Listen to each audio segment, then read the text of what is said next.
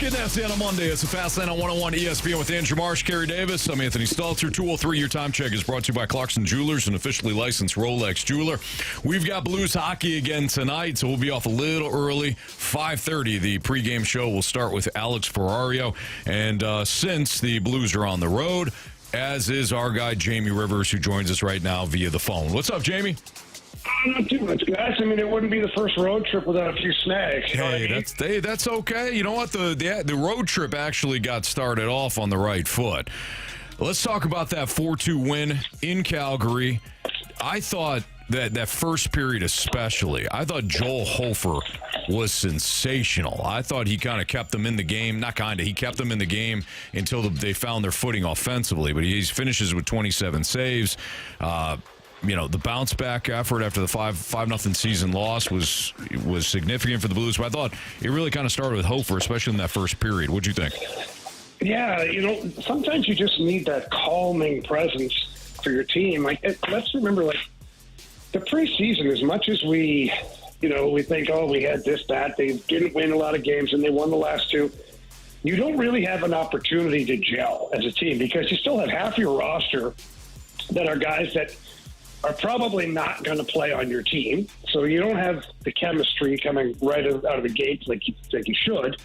And we saw that against Minnesota. It wasn't a great effort. Just wasn't great at all. You get to Calgary, start of the game, a little slow.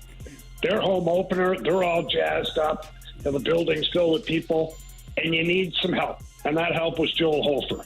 Joel Hofer did a great job of keeping that team in the game until the Blues found their footing. And then once they found their footing about halfway through the game there, then I felt like the Blues owned the majority of the action from there. But had it not been for Joel Hofer, you're not in that spot. You're not able to compete and win that game. So kudos to Joel Hofer with a huge performance. Now, Jamie, this is St. Louis, and you know how this goes. Jordan Binnington had a bit of a rough outing the first game. There's some text on here asking questions. What are we making of Hofer's performance and Jordan Binnington's first performance? Oh, no, Carey, absolutely. There's a goaltender controversy immediately. Hey, I just report the news. I don't make it, Jamie. I'm just reading what people text. No, I know. Hey, listen, God love our passionate fans because they just, they're into it. There were, 2 games into the season. We're talking about a goalie controversy. I mean, man, people have been starving for some good stuff, haven't they? We all have. The truth about this whole thing is that as I watched it happen in real time in Calgary, I thought to myself, this is exactly what the Blues need. And what I mean by that is you need Joel Hofer to give you performances like that because you're going to be calling on him more often this year than you have in the past. Talking to Jim Montgomery just loosely the other day, walking around the rink, and we discussed the rigors of what this season's going to look like for the team overall, and then also for Jordan Binnington, because he is going to play for Team Canada. Let's just wrap our brains around that, barring anything crazy, which, we won't go there. But he will be playing for Team Canada. If that's the case, man, he's going to be playing an extra 2 weeks in the middle of the season of high-intensity hockey against the best players on the planet. And you're going to need to somehow, at some point, pull the throttle back for Jordan Binnington if you want him to be the playoff goalie that he can be. And that's when Joel Hofer steps in. And when Joel Hofer steps in to play more games this year, you need him to have good performances. Now, you don't need him to stand on his head every freaking game like he did the other night to start that game in Calgary. But you need to have him able to win you hockey games. And, of course, the team is confident with both goalies in net. So, like I said, this year is going to be a huge year for the way the Blues are able to use Joel Hofer. Jamie, talk to me about Jake Neighbors. You mentioned that he's telling people, hey, not so fast. Lee Corso, not so fast, my friend. Don't forget about me. We're talking about everyone else except for Jake Neighbors. What did you see from his performance the other night? It was awesome, and here's something we haven't discussed on the show is Jake Neighbors, one of his really good friends that he played junior hockey with and whatnot, had passed away in a car accident not too long ago during training camp, which is why Jake left camp for personal reasons, understandable. So that was, back his first game back in Calgary on the very ice where him and his teammate were playing together for the Calgary Hitmen in the WHL. So there was a lot of emotion going into that game for Jake. And I just thought Jake put the team on his back. I really did. He had a number of big hits, gets to the front of the net, scores the goals. Like, you just could tell he was not going to be denied. And when you look at that, Carey, you think everybody from last year on is like, oh, Snuggerud, Thomas, Buchnevich, like it's an automatic. I think we pumped the brakes a little bit here. Not that Jimmy Snuggerud isn't a high-caliber player. He is, but maybe the best way for Jimmy Snuggerud to go through his first year is getting cups of coffee on the first line, but then playing more regularly on the third line while you move Jake Neighbors back and forth. Look, Jake is already starting out the season very well, scoring a couple goals. So, you know what? Why would you not try that? Now, I think Jim Montgomery will go right back to Snuggie on the first line to start tonight. I don't know different yet because we haven't had a chance to talk to the coaches or anything. But what a luxury it is to be able to slide Neighbors up there and move Snuggie down, and they're both playing the adequate minutes that they should be playing. And Jake Neighbors looks like he's ready to contribute as much as possible this year. So I thought that was very telling the other night. Jamie, I'm really happy for Jake Neighbors, and he goes to the front of the net. He gets rewarded. The team itself gets rewarded. That was one of the things that Jim Montgomery talked about after the first game was there was not enough net front presence. It seemed like the Blues fixed that against Calgary, and I'm glad they came out with the win because when you do the right things, you should be rewarded, and they were. I can see the team seeing something like that and moving forward, knowing we just got to get to the front of the net and then we can get to our game and pick up W's. You know, guys, I'm about to tell you something that I've never said before on our show, okay? If the coach gives you the answers to the test Wait a minute. and you don't use them, then you deserve to fail, okay? And Jim Montgomery, after the game against the Minnesota Wild, he flat out said, we did not get to the hard areas. We did not get enough traffic in front of their goalie. Heck, he said, we shot the puck right into the whatever that thing is on his chest. Didn't know what the logo was. He goes, it's wild. I don't know what it is, though, that animal. And so I'm not making it up. This is actually what he said. And so Jake Neighbors, being a smart kid, realizes, hey, I've been down this road before. I know what the coach wants. I can score goals this way. And credit to him, as well as Pius Suter. Pius Suter, we talked about this guy, the addition, and I think a lot of Blues fans are still in the category of, like, what is he, really? Like, what kind of player is he? We don't really know what we're getting. Played for Vancouver, had a good year, but, nobody watches every single Vancouver Canucks game. What? And so I think what you saw, I know, shame on them, right? But what you saw was another guy that realized, hey, our coach is telling us to get to the front of the net. He gets to the front of the net and ends up redirecting Tucker's slap shot from the point for his first goal as a Blue. So it's fun to see guys listen to what the coach is saying, and then they'll go out there and execute it. And then you're right, Marshy, to get the win and to do it that way, it's huge. I mean, hopefully they follow that effort up here today in Vancouver with another solid performance. Jamie, when you watch young players or guys that are stepping into maybe some different roles with this team, Logan Mailloux, Tyler Tucker, kind of learning on the fly. They're not only their roles, but what Jim Montgomery's asking them to do. How do you think the Blues can continue to win while also developing guys on the fly? Yeah, so I liken this a little bit loosely, but still, to way back when I broke into League Two. We had two defensemen named myself and another guy named Chris McAlpine. We were defensemen 5'6". And when the other team played their fourth line or their third line, we would just play together as a pair. And when the other team would play their first or second line against us, Joe Quenneville would put either me with Al McInnes or Chris McAlpine with Chris Pronger. And that way there the kids still got, good reps, good ice time, and while being with a partner who's really dependable. Now, the Blues don't have McInnes or Pronger. I understand that. But they do have Parayko. They do have Fowler. They do have Broberg. Like, they've got enough there to where you could spot duty those guys a little bit with some of the more experienced guys, because guess what? You're going to need them. And look, Tyler Tucker has proven he can play at the NHL level. But has he proven that he can do it for 82 games yet? Time will tell. And Logan Mailloux, I'm just going to be honest right now, I think he's suffering a little bit, and it's just my opinion. I think he's suffering a little bit from reading the social media or checking out the NHL.com and seeing Zach Bolduc carrying it up in Montreal. And so I think he's leaning towards trying to do too much at times, where he's got to ignore what Bolduc is doing, as hard as that is for him, especially since it's in Montreal, and focus on what he needs to do is just keep the play simple and use your gifts. Use your size, your speed, your shot. Keep it simple, be aggressive. And I think you'll see Logan Mailloux take bigger steps in the right direction. It's 2:14. Your time check is brought to you by Clarkson Jewelers, an officially licensed Rolex jeweler. Jamie is going to be with us for one more segment, so we're going to hit on some of the Blues Canucks storylines coming up next, and we'll also play the Light the Lamp game. Unfortunately, none of us got a goal on Thursday of last week, but now the Blues are rolling. So maybe one of us will pick up a goal tonight. I heard you guys gave me a great bet the board for the weekend, though. Thank you. We didn't give you anything. It was what you texted March. Just out of curiosity, what did I text? You texted J.P. Crawford of the Mariners to get 2 home runs. Mm-hmm. You guys are sick. Carey texted us. Oh, no. Scooble, 15 or more strikeouts. He was on to something.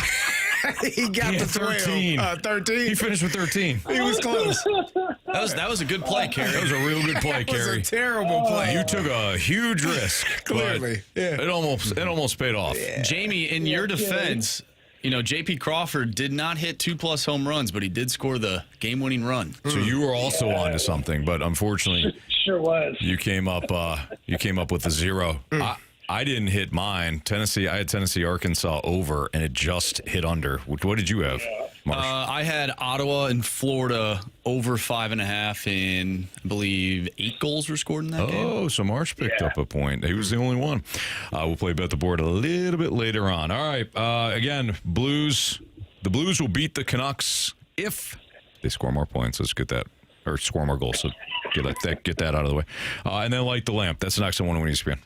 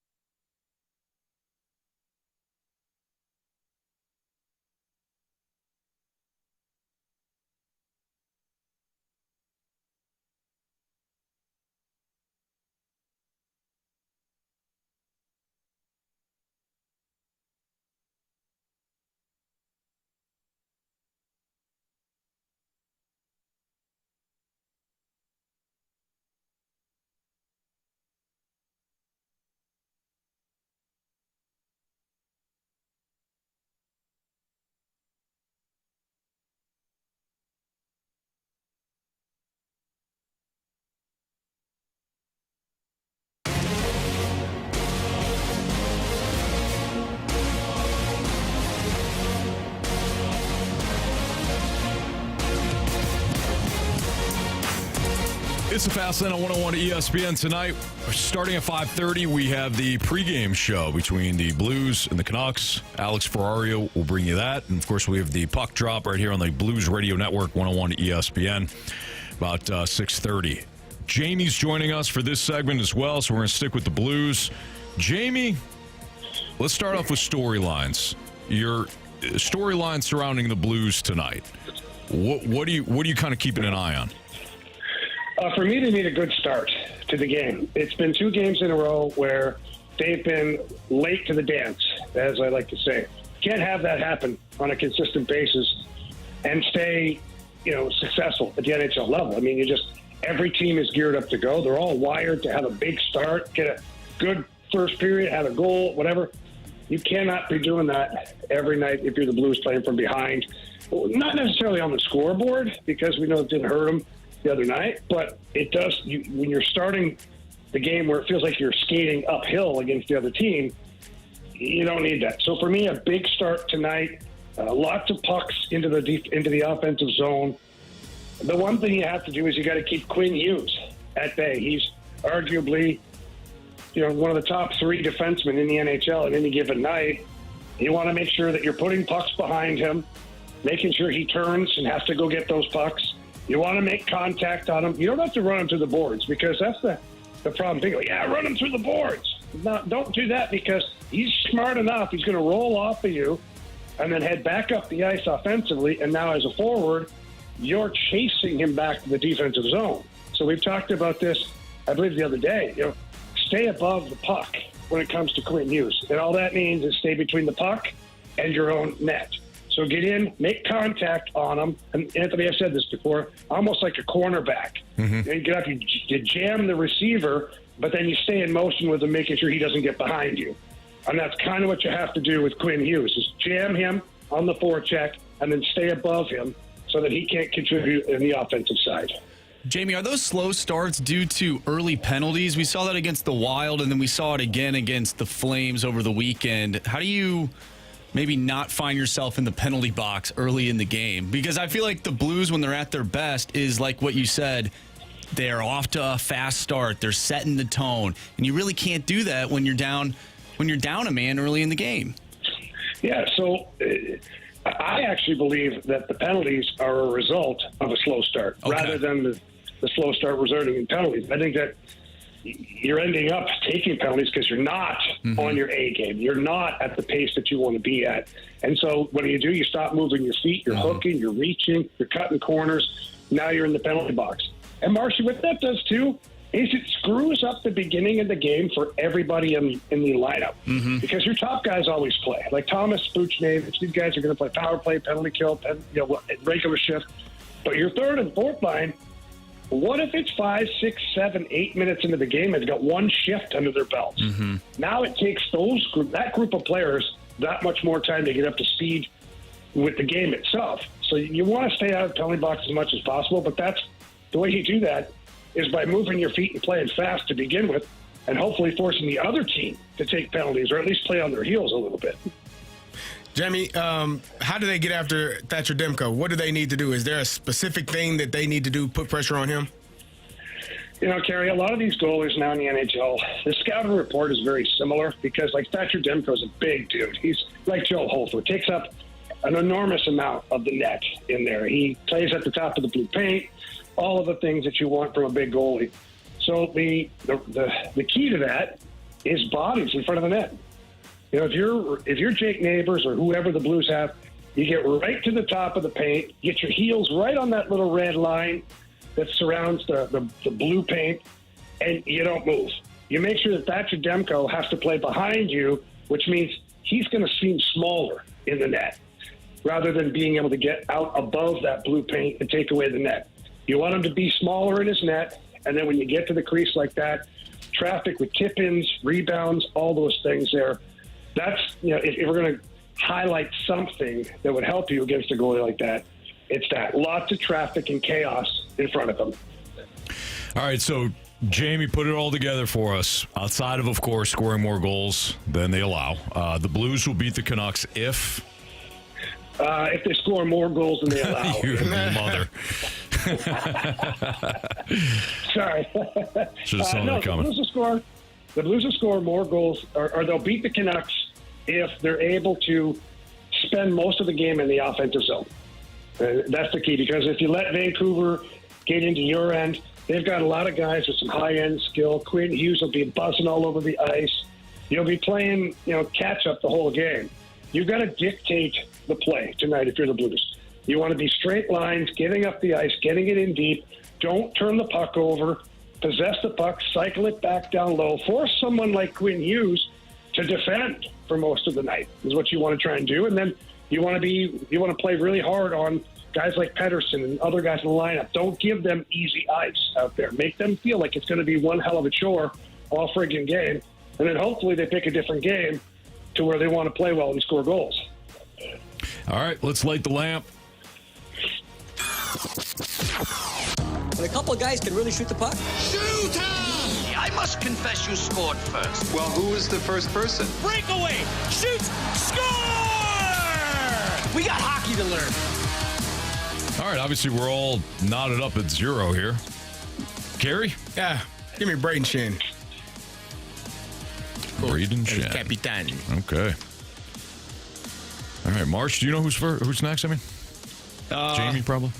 We were all at 0. It doesn't really matter. We're going off of last year, though. That's what I thought. I won, so I get to go first, Marsh.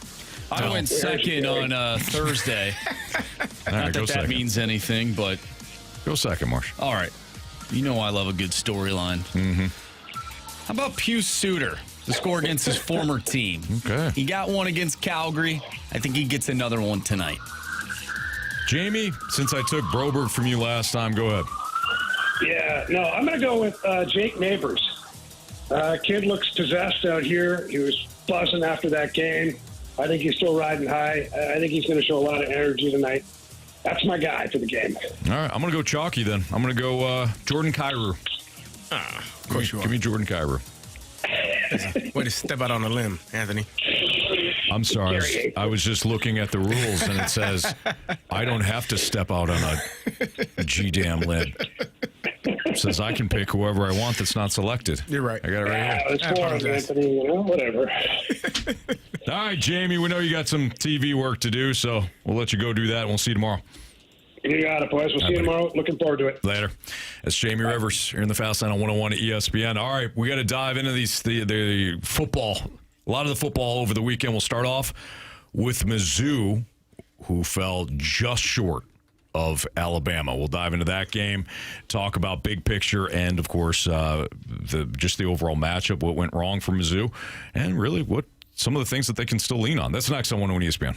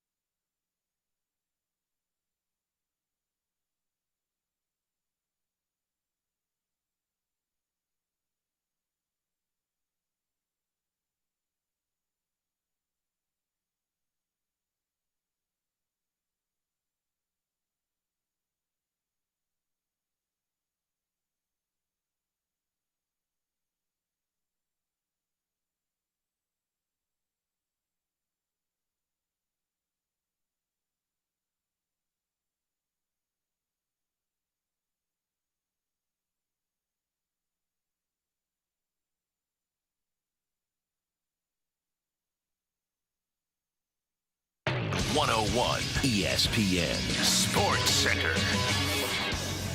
I'm Andrew Marsh. It's time for a Sports Center update driven by Johnny Londoff Chevrolet and Johnny Londoff Autoplex. The Blues picked up their first win of the season over the weekend, a 4-2 final over the Calgary Flames. The Blues back in action tonight, taking on the Vancouver Canucks. We got an early one for you, a 5:30 pregame right here on 101 ESPN with the puck drop at 6:30. Also on Saturday, Mizzou had a chance to take down Alabama.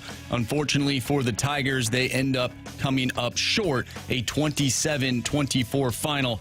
Alabama wins that one, and we'll discuss it next right here in the Fast Lane. I'm Andrew Marsh, and the Sports Center update is driven by Johnny Londoff Chevrolet and Johnny Londoff Autoplex. See them at londoff.com. Chevy, together we drive. Are you kidding me?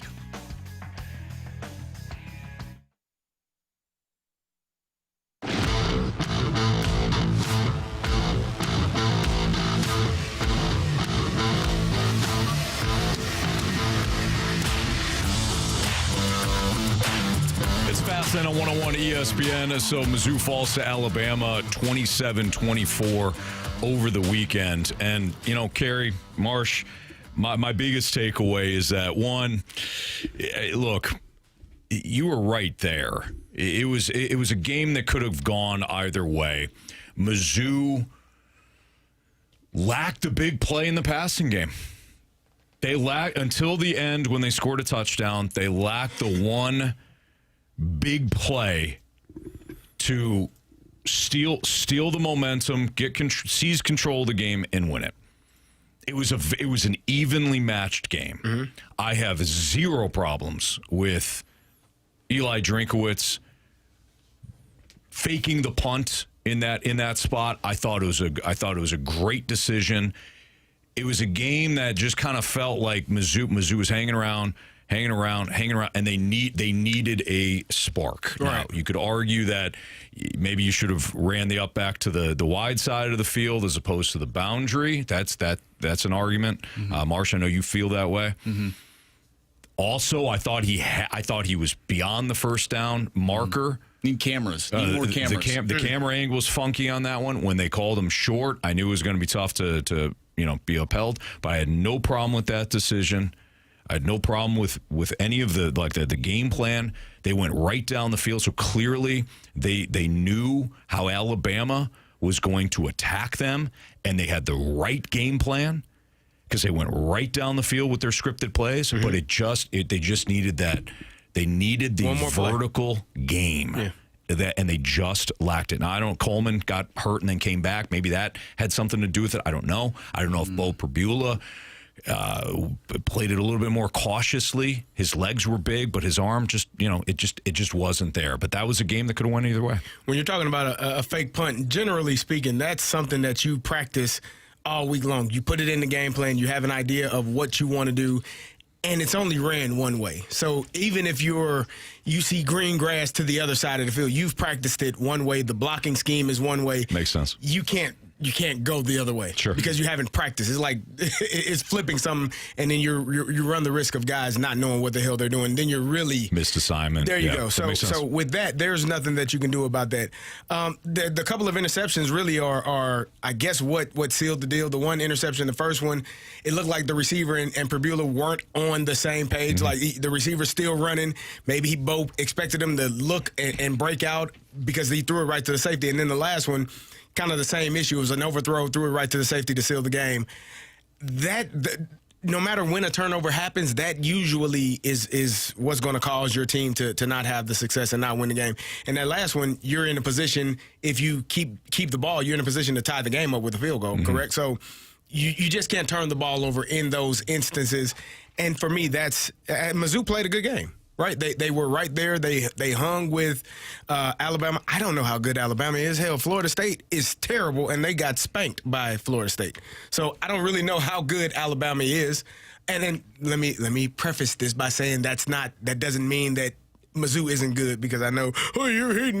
No, I'm not saying that. I'm just saying. I think the two teams were pretty even. That's what I'm saying. Yeah. I that's what I think. So Mizzou, you're right there in the conversation of being able to put your name in that hat mm-hmm. for the final 12 that's going to get picked for the college football playoff. It's one loss. Yeah. what you cannot do is let that one loss spiral out of control. We just saw that at Penn State, and they just fired their damn head coach. So you can't let one loss spiral you to go into Auburn next week and having a loss, and then going on the road to Vandy and having a loss. Like, you have to get back in, get yourselves together, understand that you did well enough but not enough to win that game, and then you got to get on the road and go to Auburn and try to find a way to win that game. I like the way you phrased that. You played well enough to win, but you didn't do enough. You didn't do enough. Yeah. When it was all said and done. Marsh? I just want to know your thoughts on Ahmad Hardy only having 12 carries. We saw Jam Miller, 20 carries for 85 yards. Ahmad Hardy, we all thought that this could be that game that he puts himself in that Heisman conversation, and I just felt like maybe they didn't utilize him enough. What did you think about his role in Saturday's loss? So he put the ball on the ground, correct? He fumbled. Yeah. He had a fumble. So sometimes, and I don't know when that fumble happened. I didn't get a chance to see the entire game. But sometimes when you put the ball on the ground, coaches tend to say, "Oh, okay."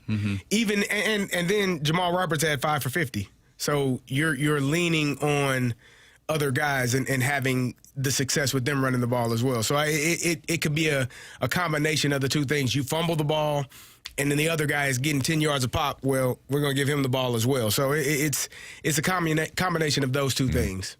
Jamal Roberts, though, most of those yards came on one run, the 39-yard run. Bo Perbula put the ball on the ground. Yep. He's the quarterback. Now, I understand that. But he had 11 carries. Yeah. 11 carries. I'm just saying, if that's your guy, sure. I don't care if he puts the ball on the ground, man. Give him another opportunity. And Marshy, look, Marshy, I love you. Vrabel gives Ramondre Stevenson the ball every single time. He continues to put the ball on the ground. Marshy, I love you. Ain't that but truth. you, as a head coach, saying, I don't care if you put the ball on the ground, would be sitting with James Franklin right now. Oh, no. I'm just telling you. I have one of the best running backs in the nation. He put the ball on the ground. I'm going to go back to him because that's my guy. Yeah, I also think Alabama did a pretty good job bottling him up. For sure. But you can't, you got to, Carey, you always say this, you got to stay with it. You got to stick with your guys. You got to stick with your guys. You got to stick with your, they at what, 2 points, 2 different points, they fell behind by 10. Certainly not enough to get away from your running game. But when I look at, again, the big picture of it all, 2 things I thought were critical in the loss. One, I mentioned it. You did not have the vertical game. The other thing is that your defense played pretty well. It did not play great, but it played well. Came up with a couple of huge sacks. Some of the pressure was there. There's 2 plays that Ty Simpson made that you just got to tip your cap to. But Mizzou's got to get off the damn field. 4th and 8, the Brooks play where he got 29 yards. Ty Simpson found Brooks for 29 yards, and the 4th and 1 TD pass, which really, it was the one to Daniel Hill. That was a nice play design. But if you stop them there, if you come up with a stop there, who knows? There was a series, so I was able to, I think we had a TV timeout or something. I was able to kind of flip back and forth while I was at the Illinois game. I was watching it on the computer, and I saw that they had a 4th down, Alabama did. They missed the field goal, and then Mizzou had 4 straight plays or 3 straight plays of 3 and out. And I think that was in the 4th quarter. It was and I think Alabama went down and scored again after that. Like those situations like that, when you get the momentum on your side, Alabama misses the field goal. Because I was like, damn, I was like, how did Alabama get the ball back that fast? Did they get a penalty on 4th down? No, they missed the field goal. You go 3 and out as an offense, and you give them the ball right back, and then they go down and score. That is also a you can't have that. When you get that opportunity, the field flips, and you have the ball in your possession, and you get a chance to have the momentum because of a missed field goal. You got to go down there and score and put the ball in the end zone. At worst, get a field goal and not give the ball back to them and allow them to go down and score. I also thought the unsportsmanlike penalty at the beginning of the game, the first drive for Alabama, I'm not saying that is what ultimately cost Mizzou the football game, but that's a tough penalty to take because Alabama then goes down the field, they end up scoring, and all that momentum that Mizzou had from an offensive standpoint of just marching down the field. Alabama should have just started the game down 7 because their defense did not show up on that first drive. But Mizzou's defense did show up on that first drive early until that costly, unsportsmanlike penalty. And where was the review on that? Like, where can we get it? Can we get No, it? not that one. Oh, I'm talking about get right in your face. You know, they get the big stop. Yeah. Right in your face. Yeah. I thought you were talking about the helmet to helmet or whatever it was That was BS. we never.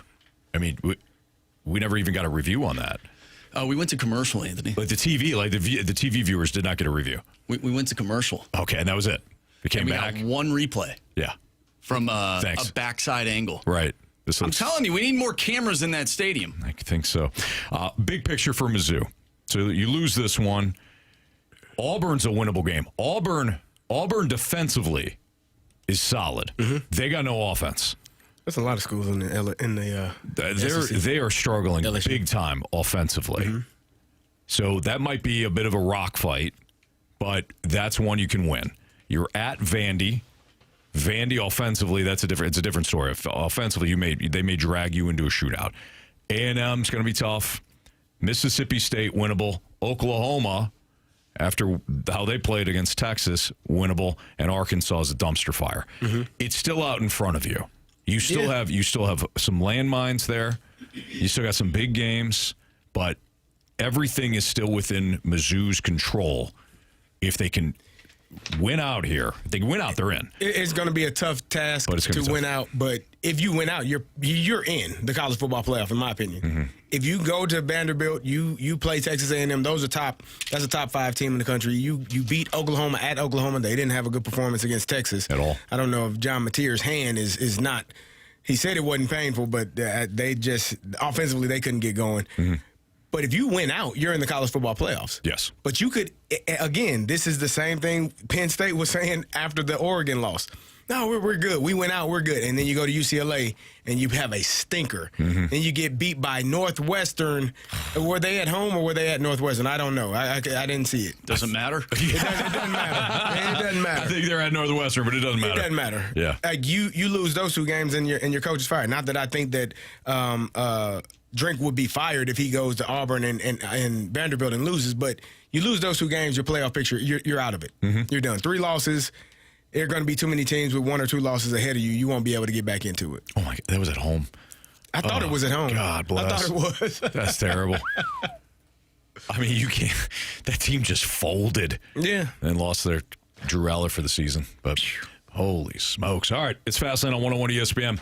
Let's dive into some NFL. We'll start off with last night's game. Kansas City, huge win. They seemingly have found their offense. Their defense was already playing pretty well. 6 days after losing to Jacksonville in the manner they did, they beat the team that we all thought was the number 1 team in the league. So we'll dive into that next on 101 ESPN.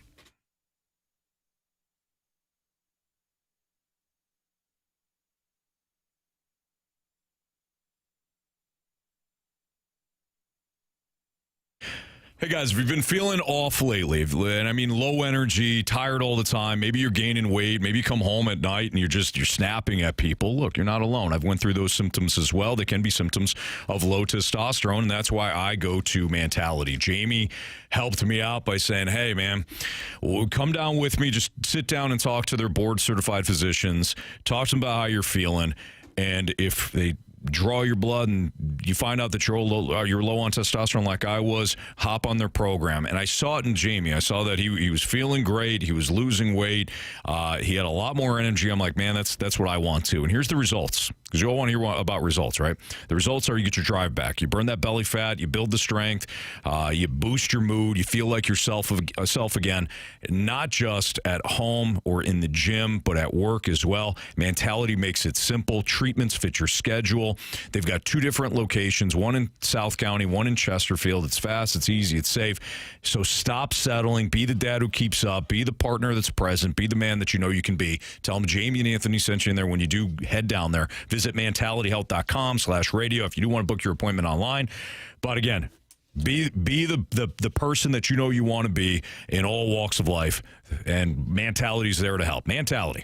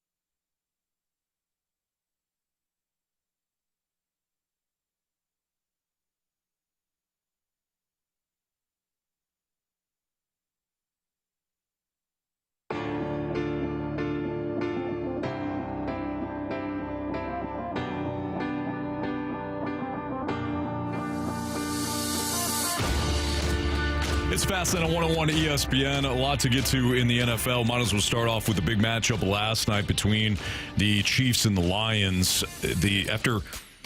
Just really 6 days prior to last night, they're in Jacksonville, and they have just an utter mess of a second half from a penalty standpoint, kicking the ball out of bounds. Harrison Butker, after they had taken the lead, sets up Jacksonville with prime field position. They don't make big stops. Chris Jones literally stops on the Trevor Lawrence touchdown. Like everything that we have come to know about the Chiefs over their run here with Andy Reid and Patrick Mahomes, the Chiefs weren't doing. And then last night, that looked like vintage Patrick Mahomes, Andy Reid, or vintage Chiefs under those two.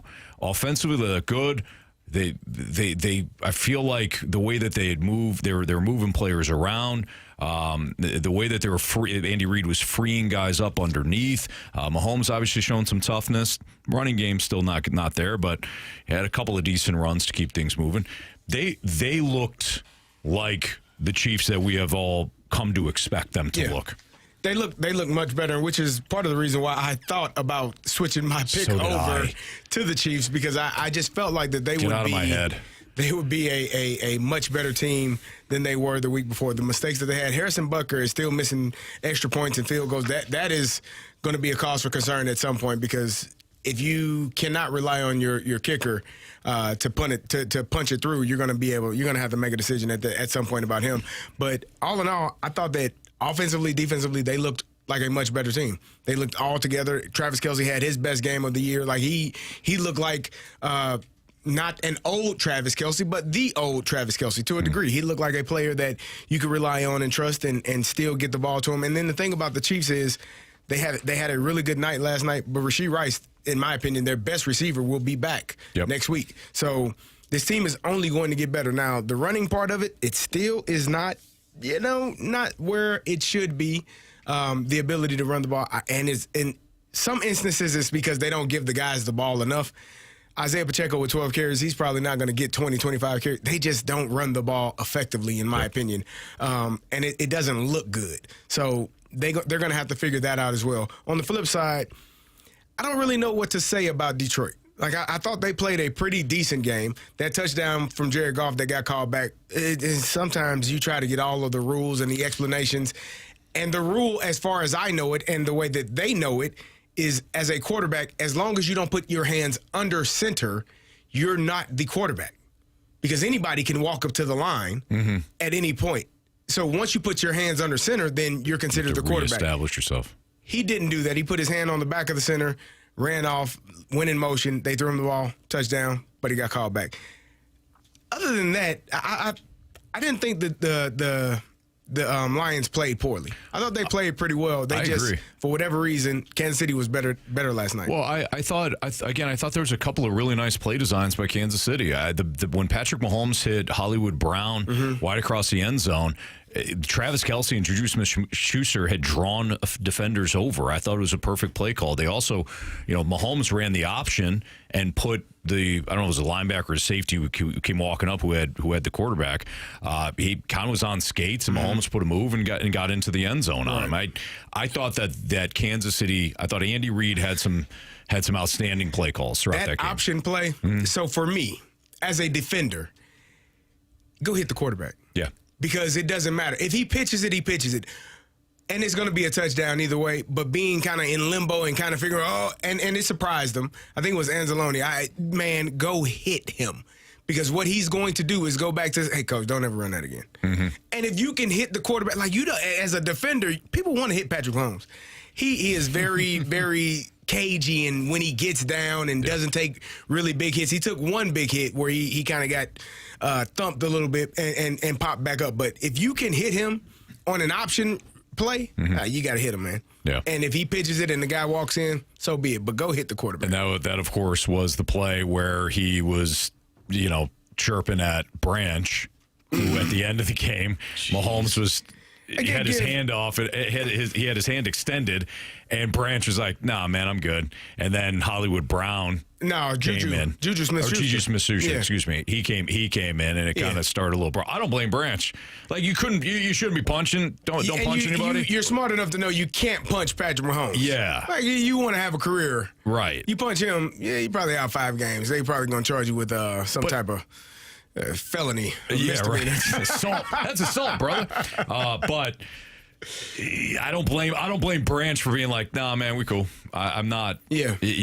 You flexed on me in the end zone there. I'm not shaking your There's hand. also a video of Juju Smith-Schuster like hitting Branch in the back on a run play, like depleted him, took him out. He was at the line of scrimmage. Branch blitzed off the offense's left side, and Juju came in to his right and just hit him right square in the back.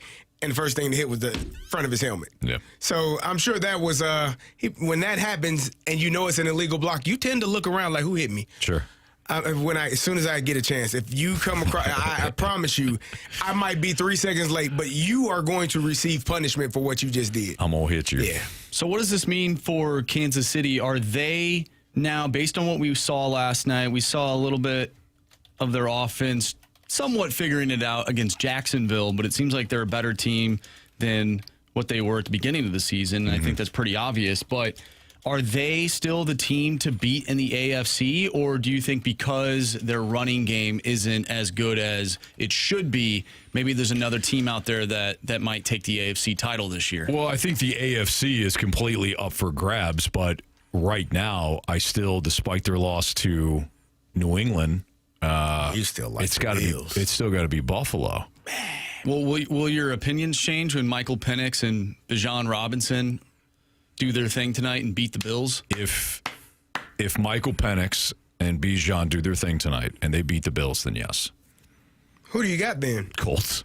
I mean, like the Colts just win. The Colts are a really good team that has not been tested. Come on, man. I'm watching them yesterday. I'm like, they could lose this game, and it wouldn't surprise me. Well, they almost did. But Jonathan Taylor, as of right now, might as well be the MVP. Him or Baker. Baker Mayfield. Did you see the play like that Baker Mayfield man. made? Where he got out of the two guys had him crunched. Yeah. He gets out of it, not only does it, but runs for the first down while stretching stretching the ball out. Yeah. That kid, that dude's just balling. To me, that's not even the best play. The best play was, I think he threw a touchdown pass. He got smoked. Unblocked defender hit him in the back of the head. Mm-hmm.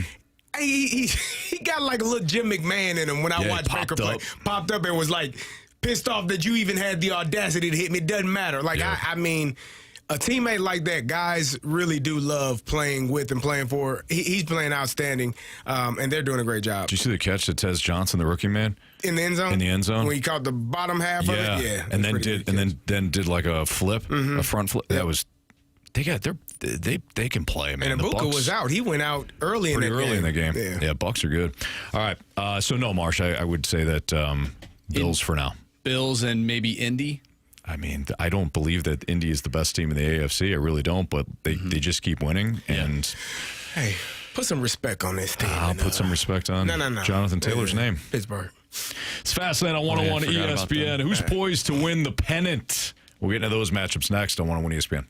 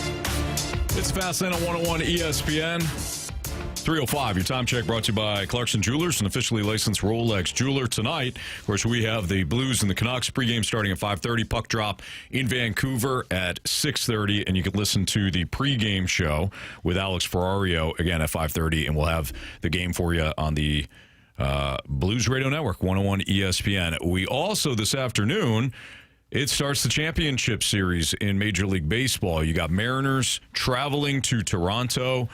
Does not start, excuse me. Seattle already leads the series 1-0.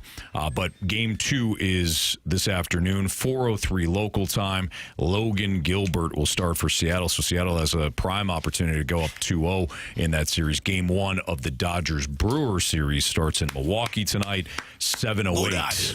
7:08 will be Blake Snell versus Aaron Ashby. Tigers were eliminated over the weekend. Go Dodgers.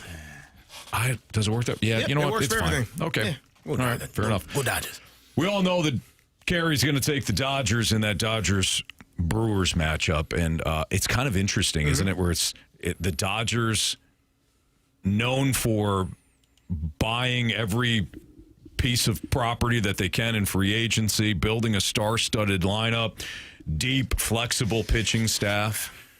Milwaukee, though, they counterpunch with one of the game's best regular season records.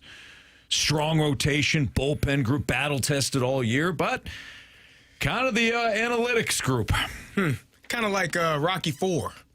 Ivan Drago versus Rocky Balboa. Yeah. You know, Rocky was had to train and do all the other things, and well, Ivan had all of his machines and the analytics and the power. It was showing how much power he was using, and Rocky just had to go old school. Mm-hmm. He had to jump. He had to run up a hill, a mountain in the snow. Yeah, he was in a weight room without real weights, just moving metal bars, right? Milk cartons. Yeah, just it's a TB12 method. You know, and Rocky went and won that fight. Mm-hmm. You know, in Russia. Against the analytically driven Ivan Drago. Wait, so who were...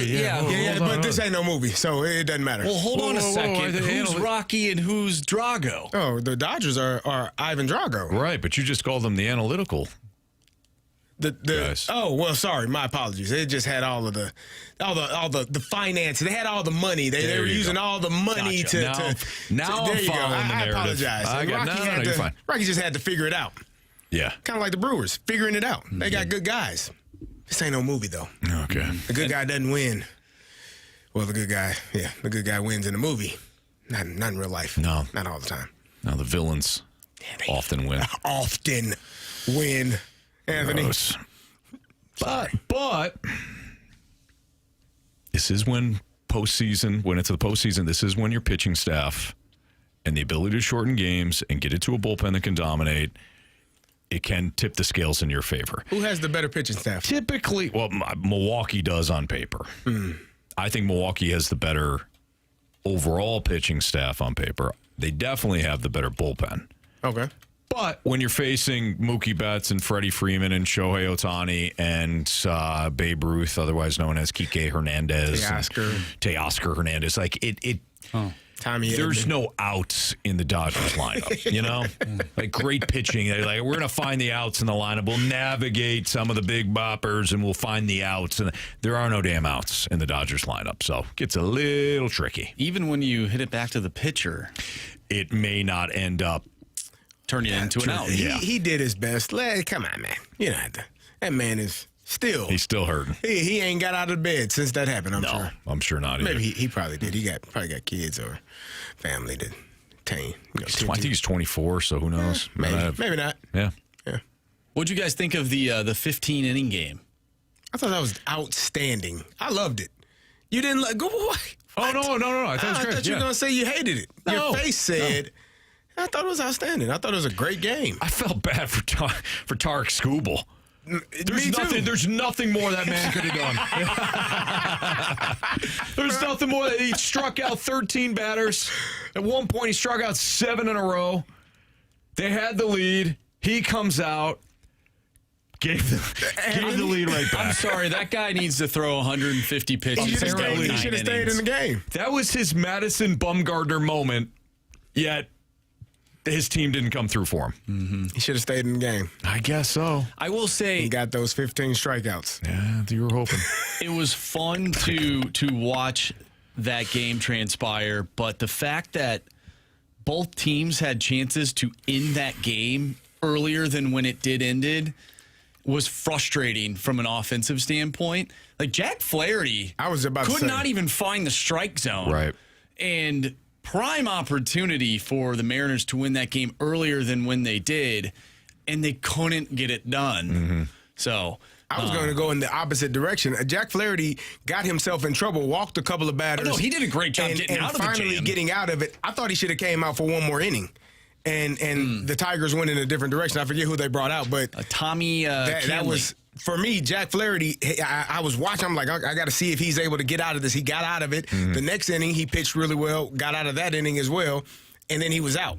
And I was thinking, I'm like, that might bite you in the butt because he's a starter. He can pitch more than 2 innings. You don't have to go to your relief. You don't have to go to the bullpen at that point. So I thought that probably bit them in the butt as well. Yeah, there was probably some mismanagement there on Detroit's side of things. But their bullpen, they were living and dying on their starting pitching and their ability to win games late. But their bullpen was an issue throughout the season. You should have let Tarek Skubal go 8 innings. Probably. Do you guys see Seattle winning the ALCS? I know they're up right now, but do you see a Seattle-LA World Series? Like, what are you guys leaning towards right now?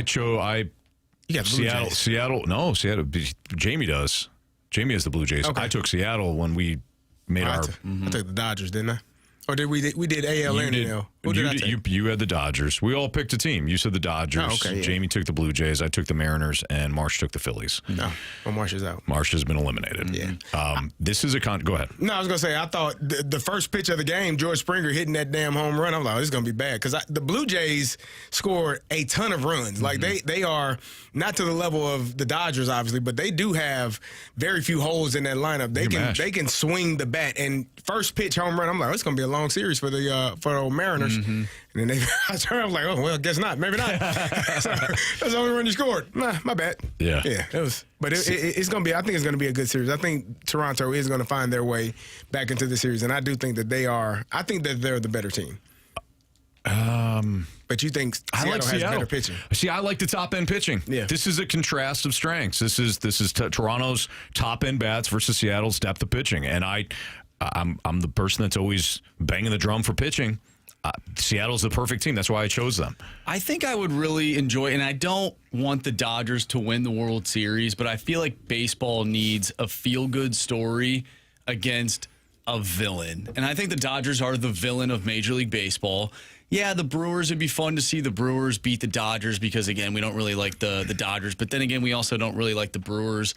But I think what's best for Major League Baseball would be, especially from a ratings-wise, because if you have a team in Canada, that could affect, I'm not saying it would entirely, but it could affect your ratings. Yeah. But a Seattle, kind of an underdog, feel-good story going up against the Dodgers. Mm-hmm. I feel like that'd be a fun World Series. You think the ratings will be better with the Mariners than the Blue Jays? Well, yeah, because you have to account for a Canadian team to be in there. I think it actually helps. You think so? Yeah, because it becomes a Canadian versus the United States thing. It would be much better. better Draw. Yeah. Okay. Yeah, that's Seattle's tucked up there. Nobody watches Seattle. Nah.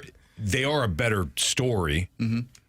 But I think from a market standpoint, and again, that Canadian versus American, I think a Blue Jays Dodgers. If Major League Baseball is betting on a horse, it's that one. It's Dodgers. Blue Jays, Dodgers. Yeah. Yep.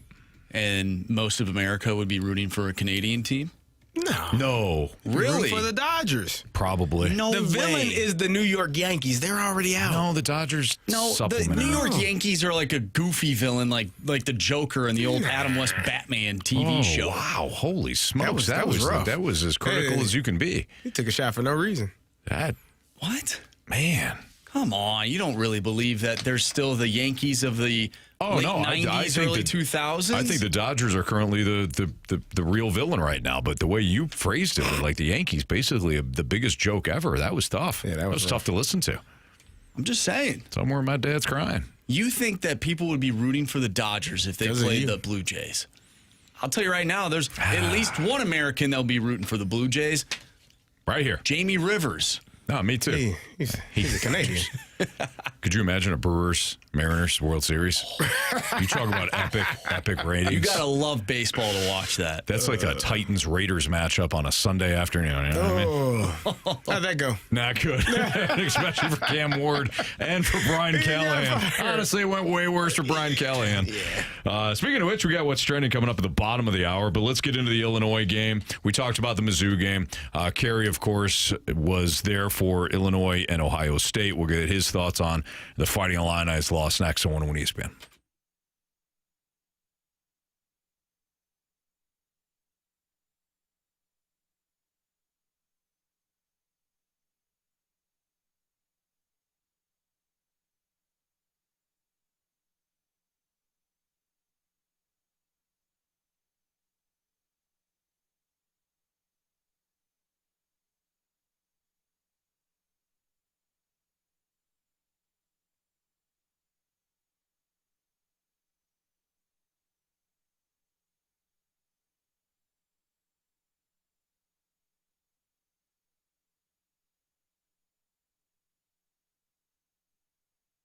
Still got a couple of weeks, but you want to head out to Auto Centers Nissan before the end of the month. They got their Scary Good Deals event. It's happening out in Herculaneum, Missouri. They're just minutes from South County. And right now, during this sales event, you could drive home a brand new 2025 Nissan Rogue, Nissan Pathfinder, or Murano with no money down, 0% APR for 60 months, and no payments for 3 months. That's right. No tricks, just scary good treats at Auto Centers. And here's the kicker. Auto Centers Nissan has over 1,000 new and used vehicles, all in one location. No running around, no gimmicks, just the biggest selection in St. Louis. Plus, all new Nissans are backed by a complimentary lifetime warranty and a 30-day return promise. If you already own a Nissan, bring it in for service and your first oil change is free, even if you didn't purchase the vehicle from Auto Centers Nissan. So don't wait. These scary good deals disappear soon. Visit AutoCentersNissan.com online, or when you head out in person off I-55 and McNutt Street in Herculaneum, Missouri,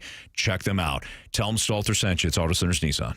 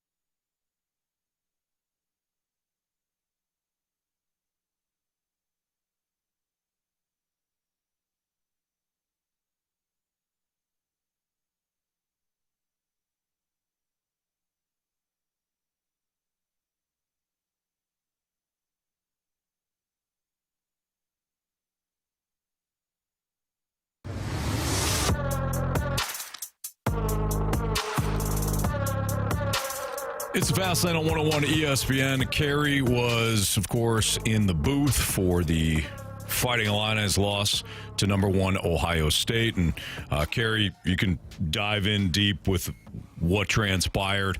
Ohio State's damn good. I know we can start off there if they win 34-16, but what did you see? What did you see out of Illinois, and is Ohio State in really a topsy-turvy college football season thus far? Are they unquestionably the number 1 team? I don't know. I don't know if they're. Do you think they're dominant? Like, do you think they're dominant? I think we turned the ball over 3 times, 4 if you count the turnover when our punter put his knee down to catch a snap.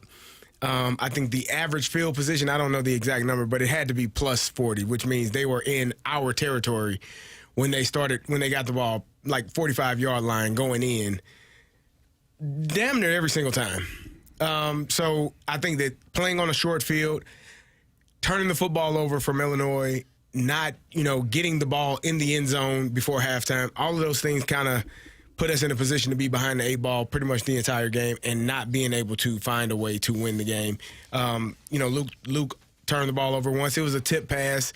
It's probably not a good pass to throw because the cornerback was in great coverage, got his hand in, popped it up, linebacker picks it off, put another ball on the ground by the running back Khalil Valentine. So I think that there were just so many missed opportunities from us where we didn't take care of the ball. We didn't play. I thought our defense, even though giving up 36 points, I thought our defense played well being on the short field. The first drive of the game, we held them to a field goal. I think they've only kicked 4 they only made 4 out of 5 field goals going into that game, and we held them to 2 or 3 field goals in that game. So defensively, I thought we played really well, even though we gave up 34 points. But offensively, just not getting going, not getting the running game going, not getting the passing game going. When we did go up tempo, I think we were playing really well. We should probably should have done that a little bit more throughout the entire game. But you lose to the number 1 team and you give away the ball 3 times, essentially 4 times, you're not going to win.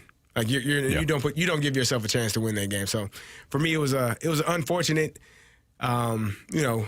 case for what we were trying to do this year. But and with all of that said, just like I said earlier, with Mizzou being a 1-loss team, I still feel like Illinois being a 2-loss team. Yes, they're out of the top 25.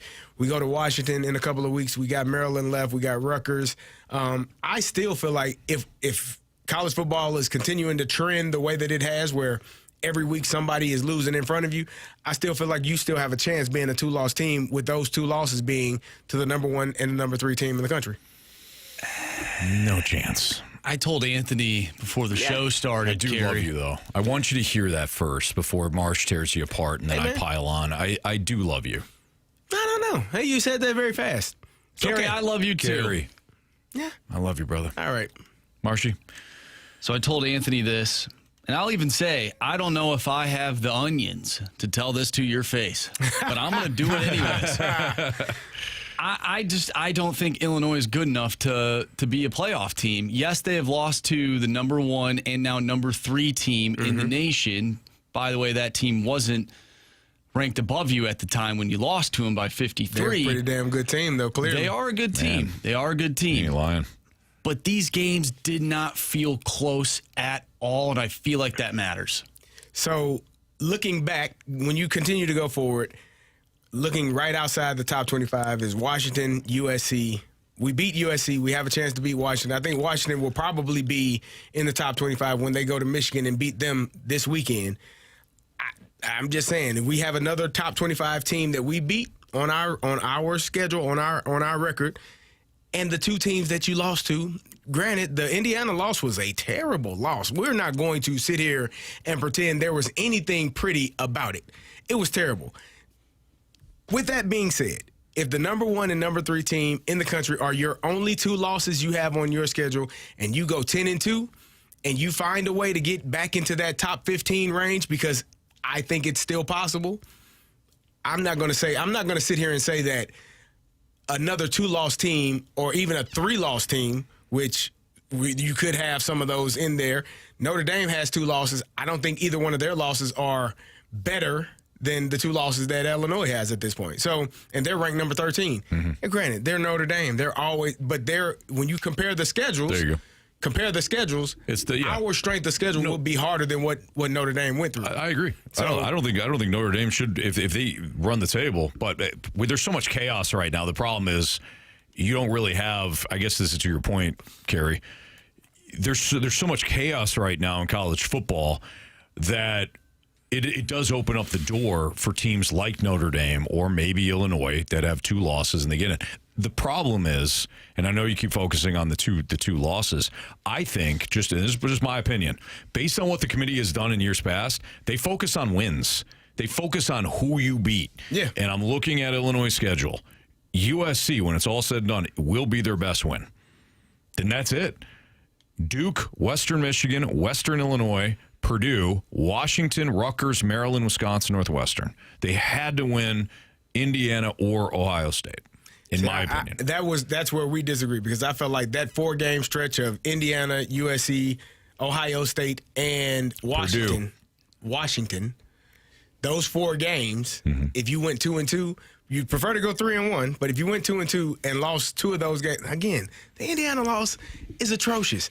It is a scarlet letter on your resume at this point. You don't want to have a case being built with that being one of the losses. It's terrible.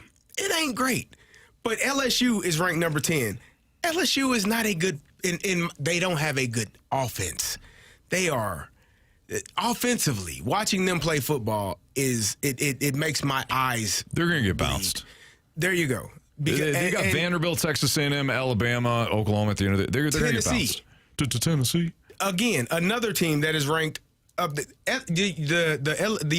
SEC has 6 teams right now in the top 12. You're not getting 6 teams in the college football playoffs. It's not going to happen. Now, you can sit here and say, it's so hard in the SEC. It's hard every week. I watched Ole Miss almost lose to Washington State.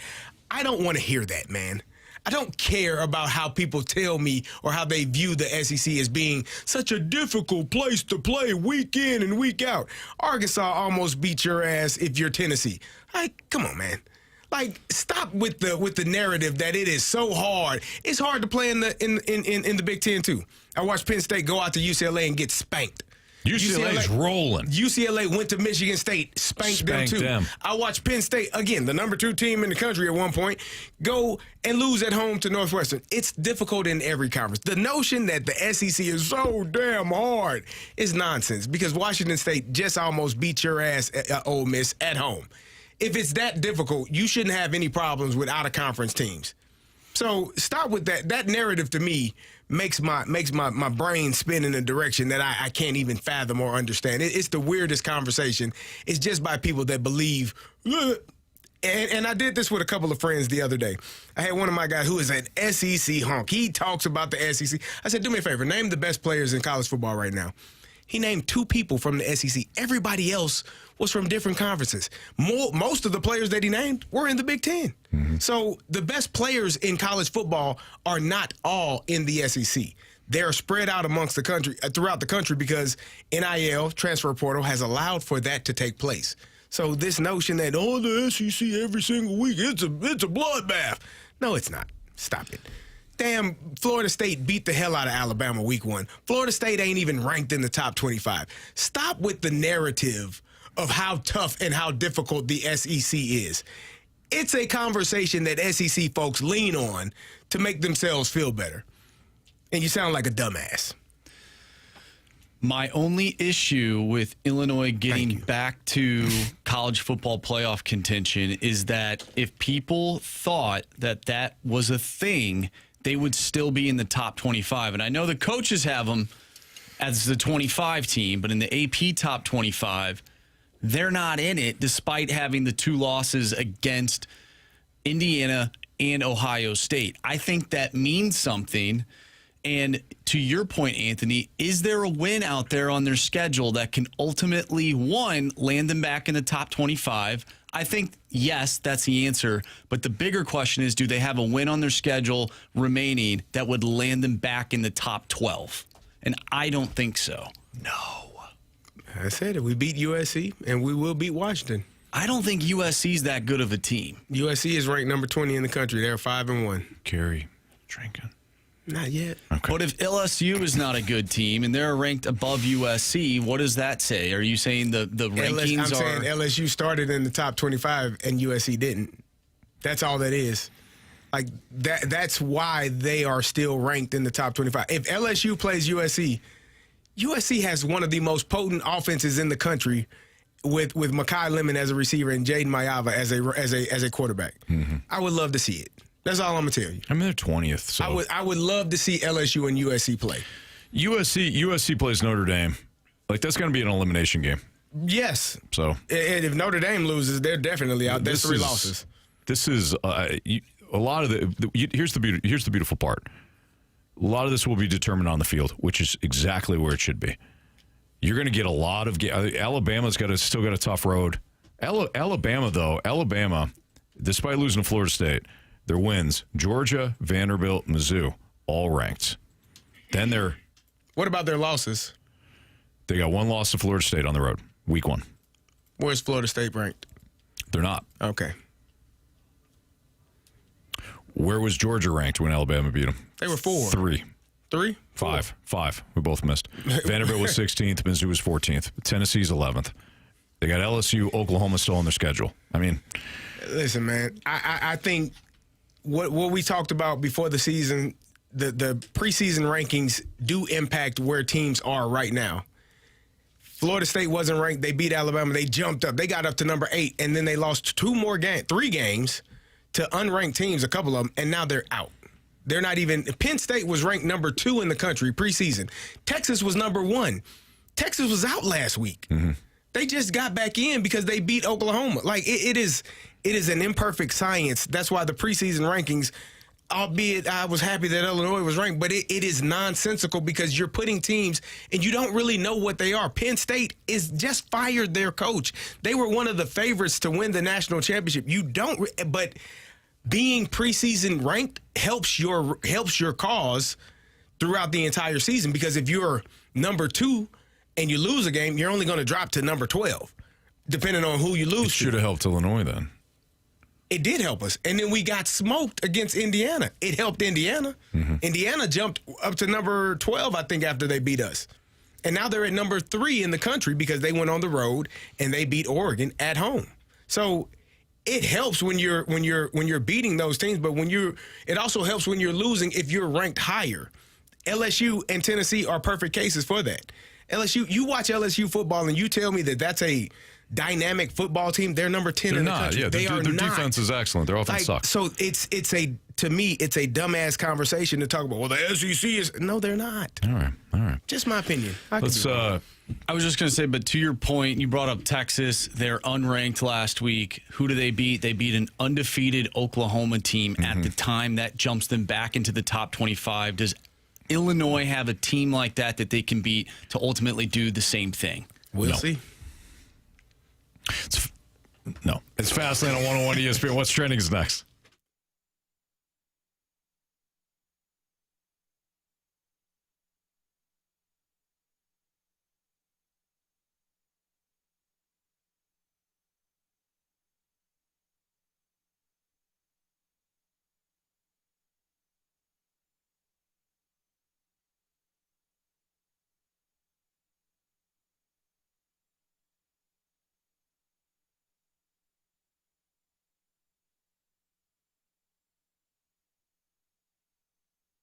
I love working with Mosby Building Arts. They are the remodeling, the right remodeling company. When it comes to dealing with other companies that you've had bad experiences with, we're not alone in the Stalter household. We had hardwood floors put in right when we got in, and we were looking around after they're all said and done, and we had the final kind of walkthrough, and like, whoa, okay, the door, one of the door frames was chipped, and then a couple of spots you could still see underneath the flooring because the hardwood wasn't laid right, and we had the company out. We even had the owner of the company come out, and he's like, "Oh yeah, no, this isn't right. We'll take care of it."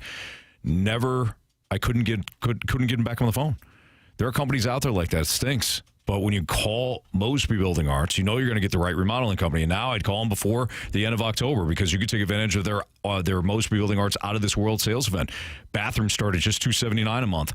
basement starts at only $5.99 a month, $69 a month for a new front door, and you can get the surrounding area of the front door. It's not just a door that they come in and put in, the surrounding area too. If you got any sort of water damage or hail damage or anything like that, they can take care of that for you. Gutters start at only $59 a month. They've got all of the different remodeling projects, and they do it right the first time and take care of you so that you feel like you're working with professionals, because that's exactly what they are. So give them a call. Tell them Stalter sent you. You can also go to callmosby.com today, set up a free appointment, and get your project started. Mosby Building Arts, the right remodeling company.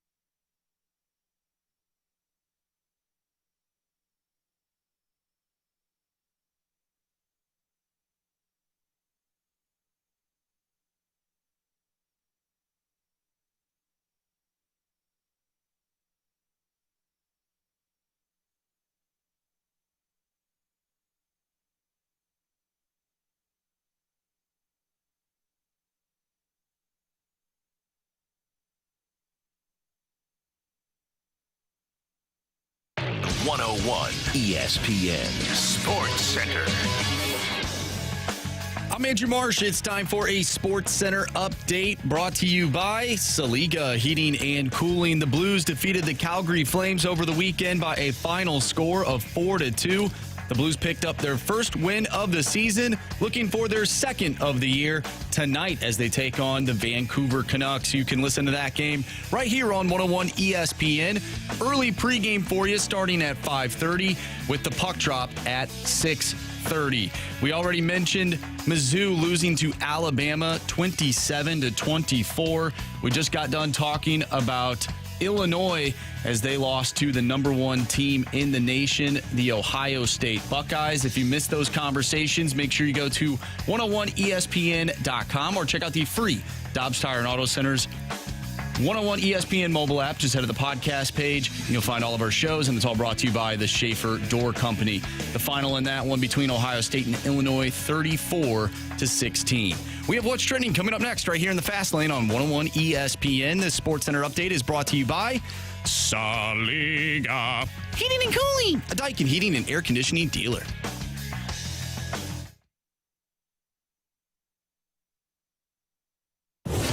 What are the hot topics in the sports world? What in the wide, wide world of sports is going on here? It's time to find out with What's Trending? Brought to you by Elite Comfort Experts. Heating and cooling with no gimmicks, just guarantees. EliteComfortExperts.com.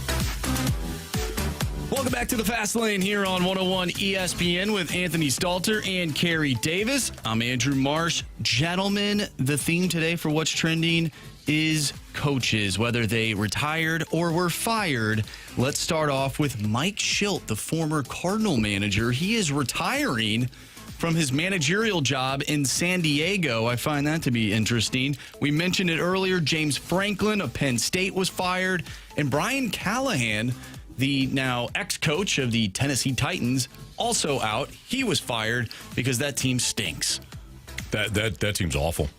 I mean, Arizona Cardinals, losing to them last week is horrific. I mean, Probably saved the job an extra week. It probably did. Yeah. Unfortunately, they play the Raiders, who stink as well. They do. They're not good. The Raiders are terrible. Max Crosby, Ashton Genty, and Brock Bowers is about it. And the linebacker White. Brock didn't even play yet he hasn't played the last 2 weeks. Yeah. Michael Mayer scored a touchdown for them. Anyways. Michael Mayer. From Utah. Notre Dame. Damn. You had it, though. Similar. Yeah, not that far apart. No, not at all. I think the interesting thing is Shildt. So he says, I'm grateful for our players, Shildt said in a statement. San Diego is rightfully proud of the Padres players. It is a group that conducts themselves with class, is dedicated to each other, and the common goal of winning a World Series. I love our players and will miss them dearly. After 34 years of dedicating myself to the rigors of coaching and managing, I can, with great enjoyment, look back on achieving my two primary goals: to help players get the most out of their God-given ability and become better men, also to win games. He cited the severe toll, mentally, physically, and emotionally, the grind of baseball, and the toll it had on retiring. Now, Marsh, do you have the Bobby Boogie report pulled up? I certainly do, Anthony. Would you like me to read something Please and thank you. I found interesting here? And this is from Bob Nightingale. And Anthony, you just mentioned the quote that Shildt had. Bobby Boogie says several executives in baseball told USA Today Sports this summer that the relationship between Shildt and A.J. Preller, president of baseball operations, and his coaching staff had become strained. But Shildt denied that was the reason for his departure. Is that what was similar to what happened here? Yes, sir. Okay. Well, so when people ask, well, why'd you get rid of Mike Shildt? And He didn't want to just kowtow to Mo, so Mo got rid of him. No. So he's kind of... People in the building didn't necessarily cry over Mike Shildt being let go here. No, they weren't. They Don't weren't know what sad. happened in San Diego. No idea. Doesn't mean he's not a good baseball man. Doesn't mean he doesn't have a good baseball mind. Doesn't mean he doesn't treat the players fairly and right and get the most out of their abilities, like he said. But I don't know about his treatment of his staff. If we're just reading the tea leaves, it seems like there are connections between the two based on what some people are saying. I just find it interesting. Again, we don't know all the information by any means, but it's just a weird thing to wake up to. Yeah, that he retired? Yeah. Yeah, because he's not that old. Was he 58? He's 57. You'd think somebody that was a lifelonger, coach in the minor leagues, and then gets opportunity in the bigs, hired as a manager, has a really good team. It's hard to... coaching is difficult. And... Trust me, I know, Carey. Yeah, you see, Marshy knows. Coaches that team online. It is difficult. I think it was Bill Belichick that said it. Maybe it was Nick Saban. I can't remember. I don't remember who it was. But he said losing impacts your quality of life. And there is not a truer statement. Like, the Padres were a good team. They paid a lot of players, but the ultimate goal when you have that much talent on your team is to win a World Series, to make it, at least make it to the World Series. But the ultimate goal is to win it all. And when you don't, accomplish that goal, you set out in the offseason to be a better team than you were the year before, to have that championship banner and have that championship trophy and to get those rings. Like, it weighs on you, and it does impact your quality of life. And sometimes when people make enough money, James Franklin, with all due respect, he's probably, pissed off that he's fired. But the level of stress that he dealt with Friday night and Saturday morning of last week ain't going to be the level of stress he's going to deal with next Friday night and next Saturday afternoon. He might He'll be on TV somewhere. He'll be on College Game Day or something. And he walked away with he's still getting paid. Yeah. So I think that's the new thing that you need to do. Like, if I could go back in time, I would probably build myself up to be a solid football coach at the college level and just do enough to get fired so then I could live a comfortable life and never have to coach again with $50 million in my pocket. That is a hell of a hell of a thing to aspire to be. That was one of the more uncompetitive things I've ever heard, Marsh. Yet somehow I'd be $50 million richer while sitting on my couch. Yes, you would. Interesting comment by Splashback Deuce in our Snake Pit. I wonder if Schilt would have rather never become a manager. He was a lifer before and exhausted after. Interesting. Yeah, I don't know. I would imagine that, some things aren't as cracked up. You aspire to climb the ladder, in any walk of life. Yeah. You're trying to get there, and then you get there. And it's like, okay, I'm here now. I did it. Not that you always become content either. It's just you get there, and it's more about like climbing the ladder to get to that spot. Then you're there, and you're like, now what's next? And boy, I'm exhausted and fried. And well, think about the two locations that he has managed at. St. Louis, high expectations, winning pedigree. Of course, it didn't work out here, but then he goes to San Diego. San Diego, not as much as a track record as St. Louis, of course, but where they're at right now, they are going for it in terms of trading some of their young assets away to get better players at the major league level to try and go win. There's a lot of pressure, I would assume, to win ball games and beat the team in your own division, let alone beat the Cubs, and you can't. Mm-hmm. Maybe that's where the strain comes from. Maybe. I don't know. But Padres need somebody to put it all together again. All right. It's Fastlane on 101 ESPN. Walrus King says, did Anthony say crapped up? I don't think so. I don't know. What's interesting? Sometimes people hear things that we don't say. Yeah. Sometimes we forget the things that we do say. 100%. Like when I called TJ Watt, JJ Watt, and I didn't believe it. Mm-hmm. Like sometimes we do mess up. But sometimes, Anthony, sometimes the listeners are hearing things that are not actually said. I don't know what I even said that was close to that, but King, I don't know if you heard that or not. It doesn't matter. He may have. Yeah. Crapped up? Yeah. What would that be referring to? I don't know. Splashback 2 says, thanks, Anthony. I wish you'd said crapped up to be. I don't know. You know what? Kids are making up words these days. We can make up 6, phrases. 6, 7. 7. Lincoln's saying that now for no reason. Really? Nobody knows what it means. Said it 42 times over the weekend. It means nothing. As I was trying to change him. Like 6, 7. I'm like, Lincoln, nobody knows what that means. You're 3. All right. Week 6 Pick'em Challenge. Let's go to the next segment. No, we need to talk about it. Oh, gosh. Next on 101 ESPN.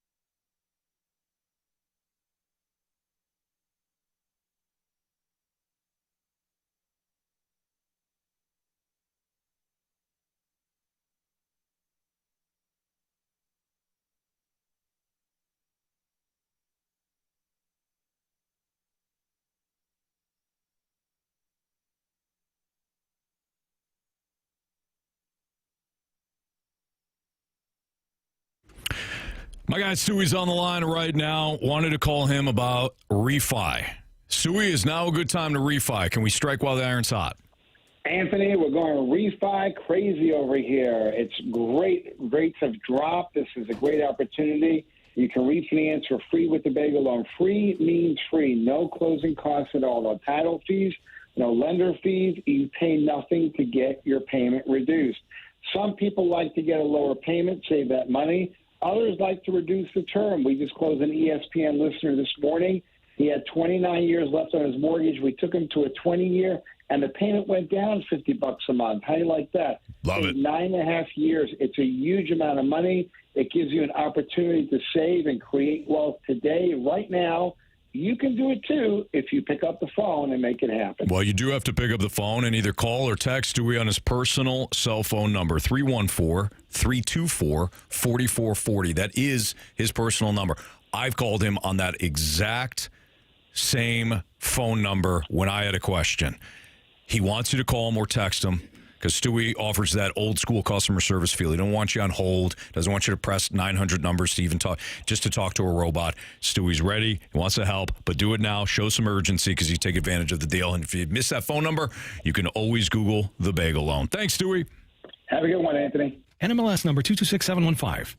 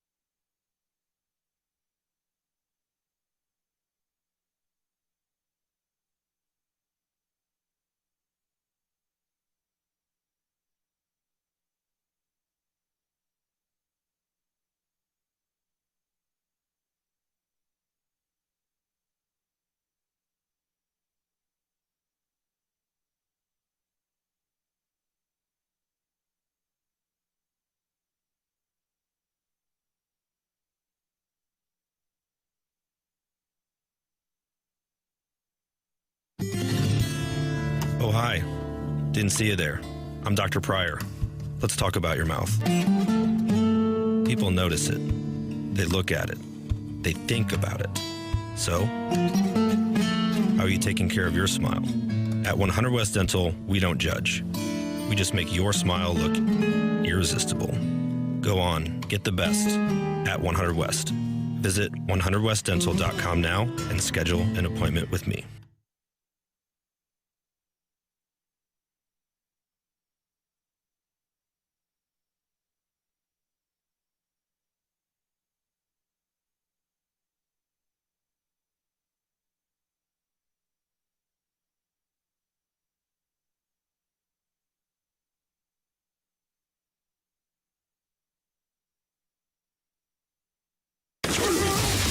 Ready to pick 'em. It's the Fast Lane Football Pick'em Challenge on 101 ESPN. Refreshed by Bud Light, official beer of the NFL. Easy to Sunday, easy to enjoy. Enjoy responsibly.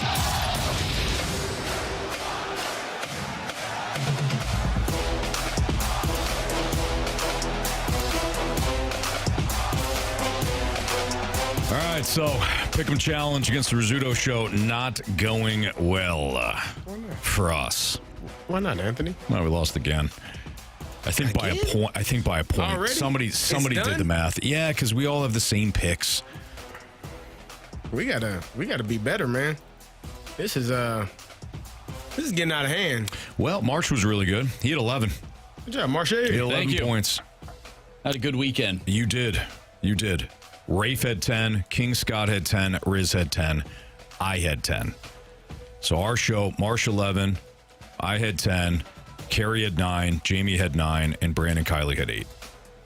Now, there's a little chatter going on in the snake pit right now. I want to read some of the comments off, okay? Because there's some interesting things here. One from JAC. You deserve this for having the BKO do his picks with you. Harsh but fair. Splashback Deuce. Got to figure out a way to harness the BKO. Let him pick first and fade him 100%. You'll make up more points than you'll lose if he gets 0. It's not bad. It's this everything is on the line. Yes, I mean, everything's on the table. Is on the table. This sort of out of the box thinking is what we need more of. Yeah, you might have to go that route. I don't know. Wick Tolia says, just tell him he's making real picks and have someone else do the real picks. Like giving a kid a controller that doesn't work. I was thinking about that. That's a way to go, too. Then gaslight him when he questions it. Jeez. We might need him to send us his picks before he actually submit. Go into the weekend. So Carey and I looked at his picks like, okay, so how did what happened here? Because sometimes, I mean, Riz had this happen a couple of weeks ago when he had his horrible week. Mm-hmm. BK had this week 1. Sometimes the coin flip games, you just lose all of them. I did that 2 weeks ago. You did that 2 weeks ago. This isn't what happened here. He had the Jets, who, granted, I mean, they were one more field goal away from winning that thing. There. But he had the Jets. He says he was sick yesterday. He was going to think about flipping back to the Broncos. I don't know why you're on the Jets at all. I really don't. Yeah. That wasn't the worst one. He was also on the Saints. Oh, I honestly think the Jets were worse. I think the Saints were worse. Who did the Saints play?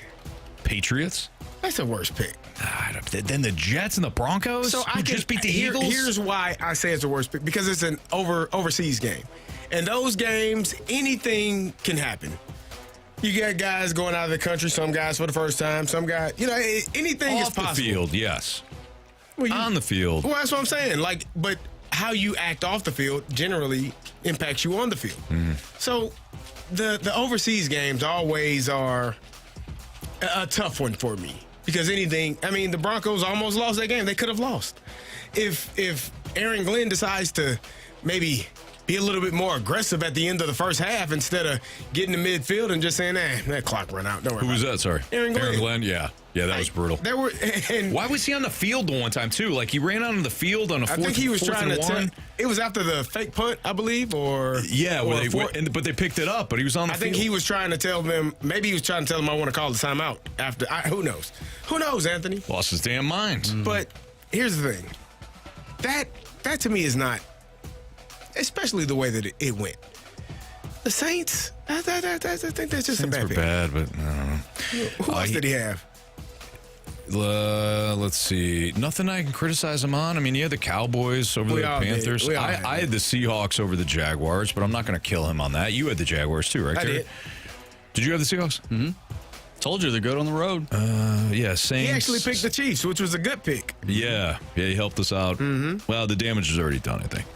Yeah. I think we needed the Lions to win last night for us to win. We lost by like 1. It's not like we got crushed, but it doesn't matter. We down 3-2? No, 4-2 now. 4-2? We're down 4-2. Ew. It's ridiculous. It's okay. We were out to a 7-0 lead, I think, last year. We were. And they came back and made it close. But here's the problem. Like, we started at, we're the Eagles the year that they started off 7-0, had a bunch of problems. Now, we wound up finishing off last year thanks to a tiebreaker, I think, in the playoffs, right? Yeah, I believe so. To the play. That's right, yeah, because it was the Vikings-Rams game. So we won that. Cul-de-sac was on the line. But then we enter this year, and we're down 4-2. Like, something isn't right. Well, the NFL isn't right. No, we have to blame ourselves at some point. Okay? Or BK. I'm okay. Who did win us a week once. I'm okay with that. He did. Now, some people in the Snake Pit are saying he just picked home teams. That is incorrect. No, he picked some road dogs. Mm-hmm. Well, I think when it comes to the coin flip games, even though I don't know if that Denver New York Jets game is a had he just picked all the home teams? So what did I say? He had 8 picks? Yep. He would have had 1, 2, 3, 4, 5, 6, 7. He would have had 8. 6, 7? 6, 7. He would have had 8 anyways, had he just picked all the home teams. But, yeah, it's rough. It's hard out here, man. So he's going to get shot, 3 times tomorrow? Yeah. That's rough, man. He's okay. He actually enjoys. He probably doesn't enjoy it. No, he can't enjoy that. Yeah. It's kind of painful. At a certain point. JAC said, BK lied on the radio then. I guess so. About what? About taking all home teams. Wow. Brutal. Okay, well, we'll talk to him.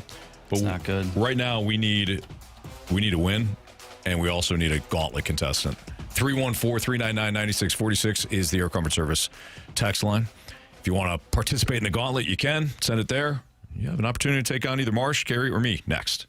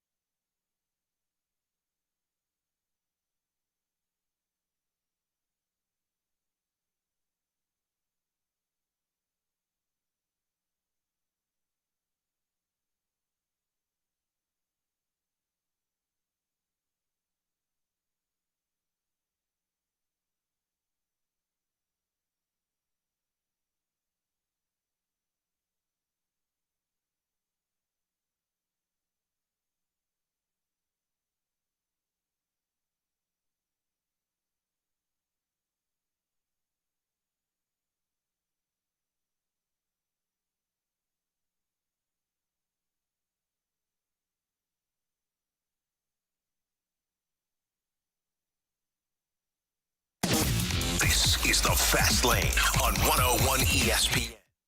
4 Warriors, 4 categories, 1 challenger. Can you survive the Gauntlet? Brought to you by Blue Note Roofing. Roofing, siding, and gutters. Visit BlueNoteRoofingSTL.com for a free inspection. All right, time for the Gauntlet here in the Fast Lane. 405, your time check is brought to you by Clarkson Jewelers, an officially licensed Rolex jeweler with Andrew Marsh and Carey Davis. I'm Anthony Stalter. Marsh, who do we got on the line? We have David joining the show today. What's up, David?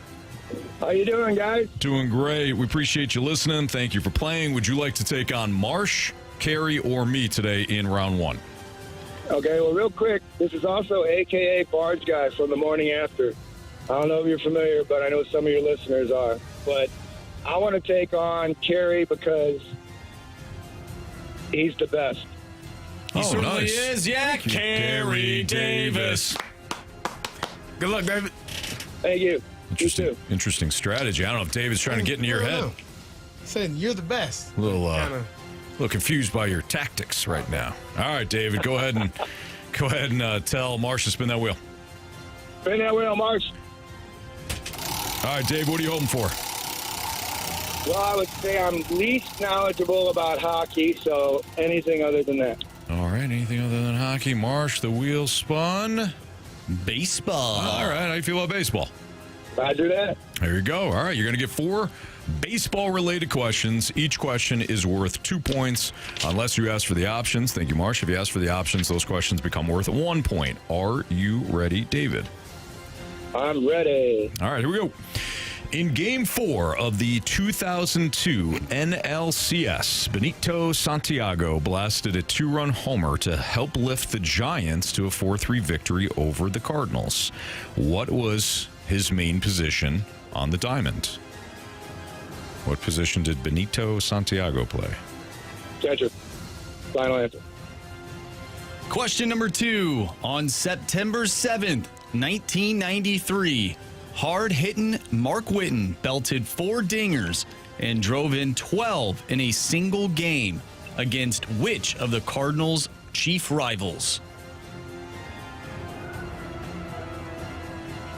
Cincinnati Reds. Final answer. Question 3. Who was selected with the first overall pick in June's MLB draft? Ethan Holiday, Tyler Bremner, or Eli Willits? 24 last year. Who was the second one? Tyler Bremner. We'll go with Tyler Bremner. Final answer. I'm reading this 4th question, Anthony. I don't think we've had baseball in quite some time. So Brendan Donovan joined who else as the only players in the majors to have a 4-double game this year? Here's a hint. This individual can be found on the senior circuit. I know what senior circuit is, but it didn't give me much of a hint. Let's give me the options, please. Options are Mookie Betts, Jackson Merrill, or Ezekiel Tovar. Ezekiel Tovar. Final answer. All right, let's bring back Carey from the Cone of Silence. David, how you feeling? I'm feeling 50-50. Okay. We'll see if 50-50 gets it done today. Oh, wow. My gosh. Sounds like you probably can't hear it. I don't know if our mics are good, but they're probably not that good. Mike Ryder in the Cone of Silence, when CD was in there, was playing the Fighting Illini. Fight song. Fight song. Yeah.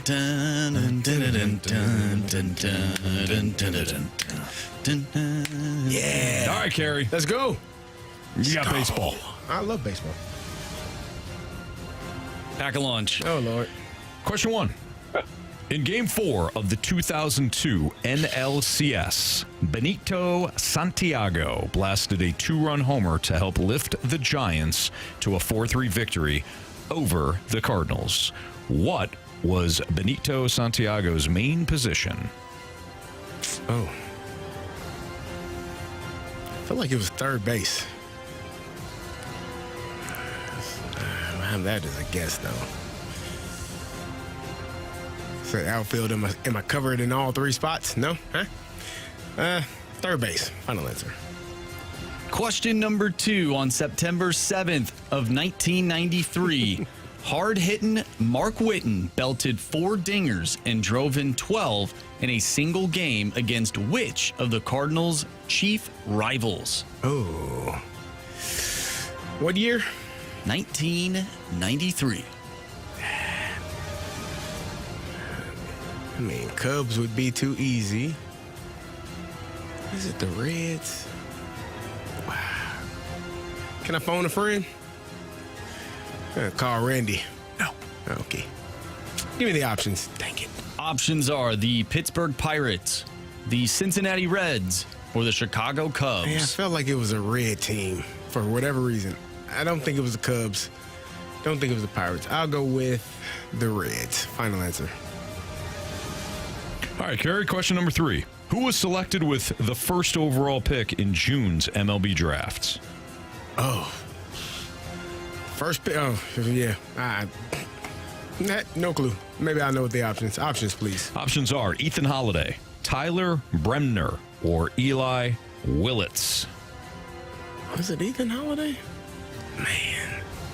I can't remember what I did yesterday, Anthony. Can you read those names one more time? Ethan Holiday, Tyler Bremner, or Eli Willits. Let's go with Eli Manning Willits. Final answer.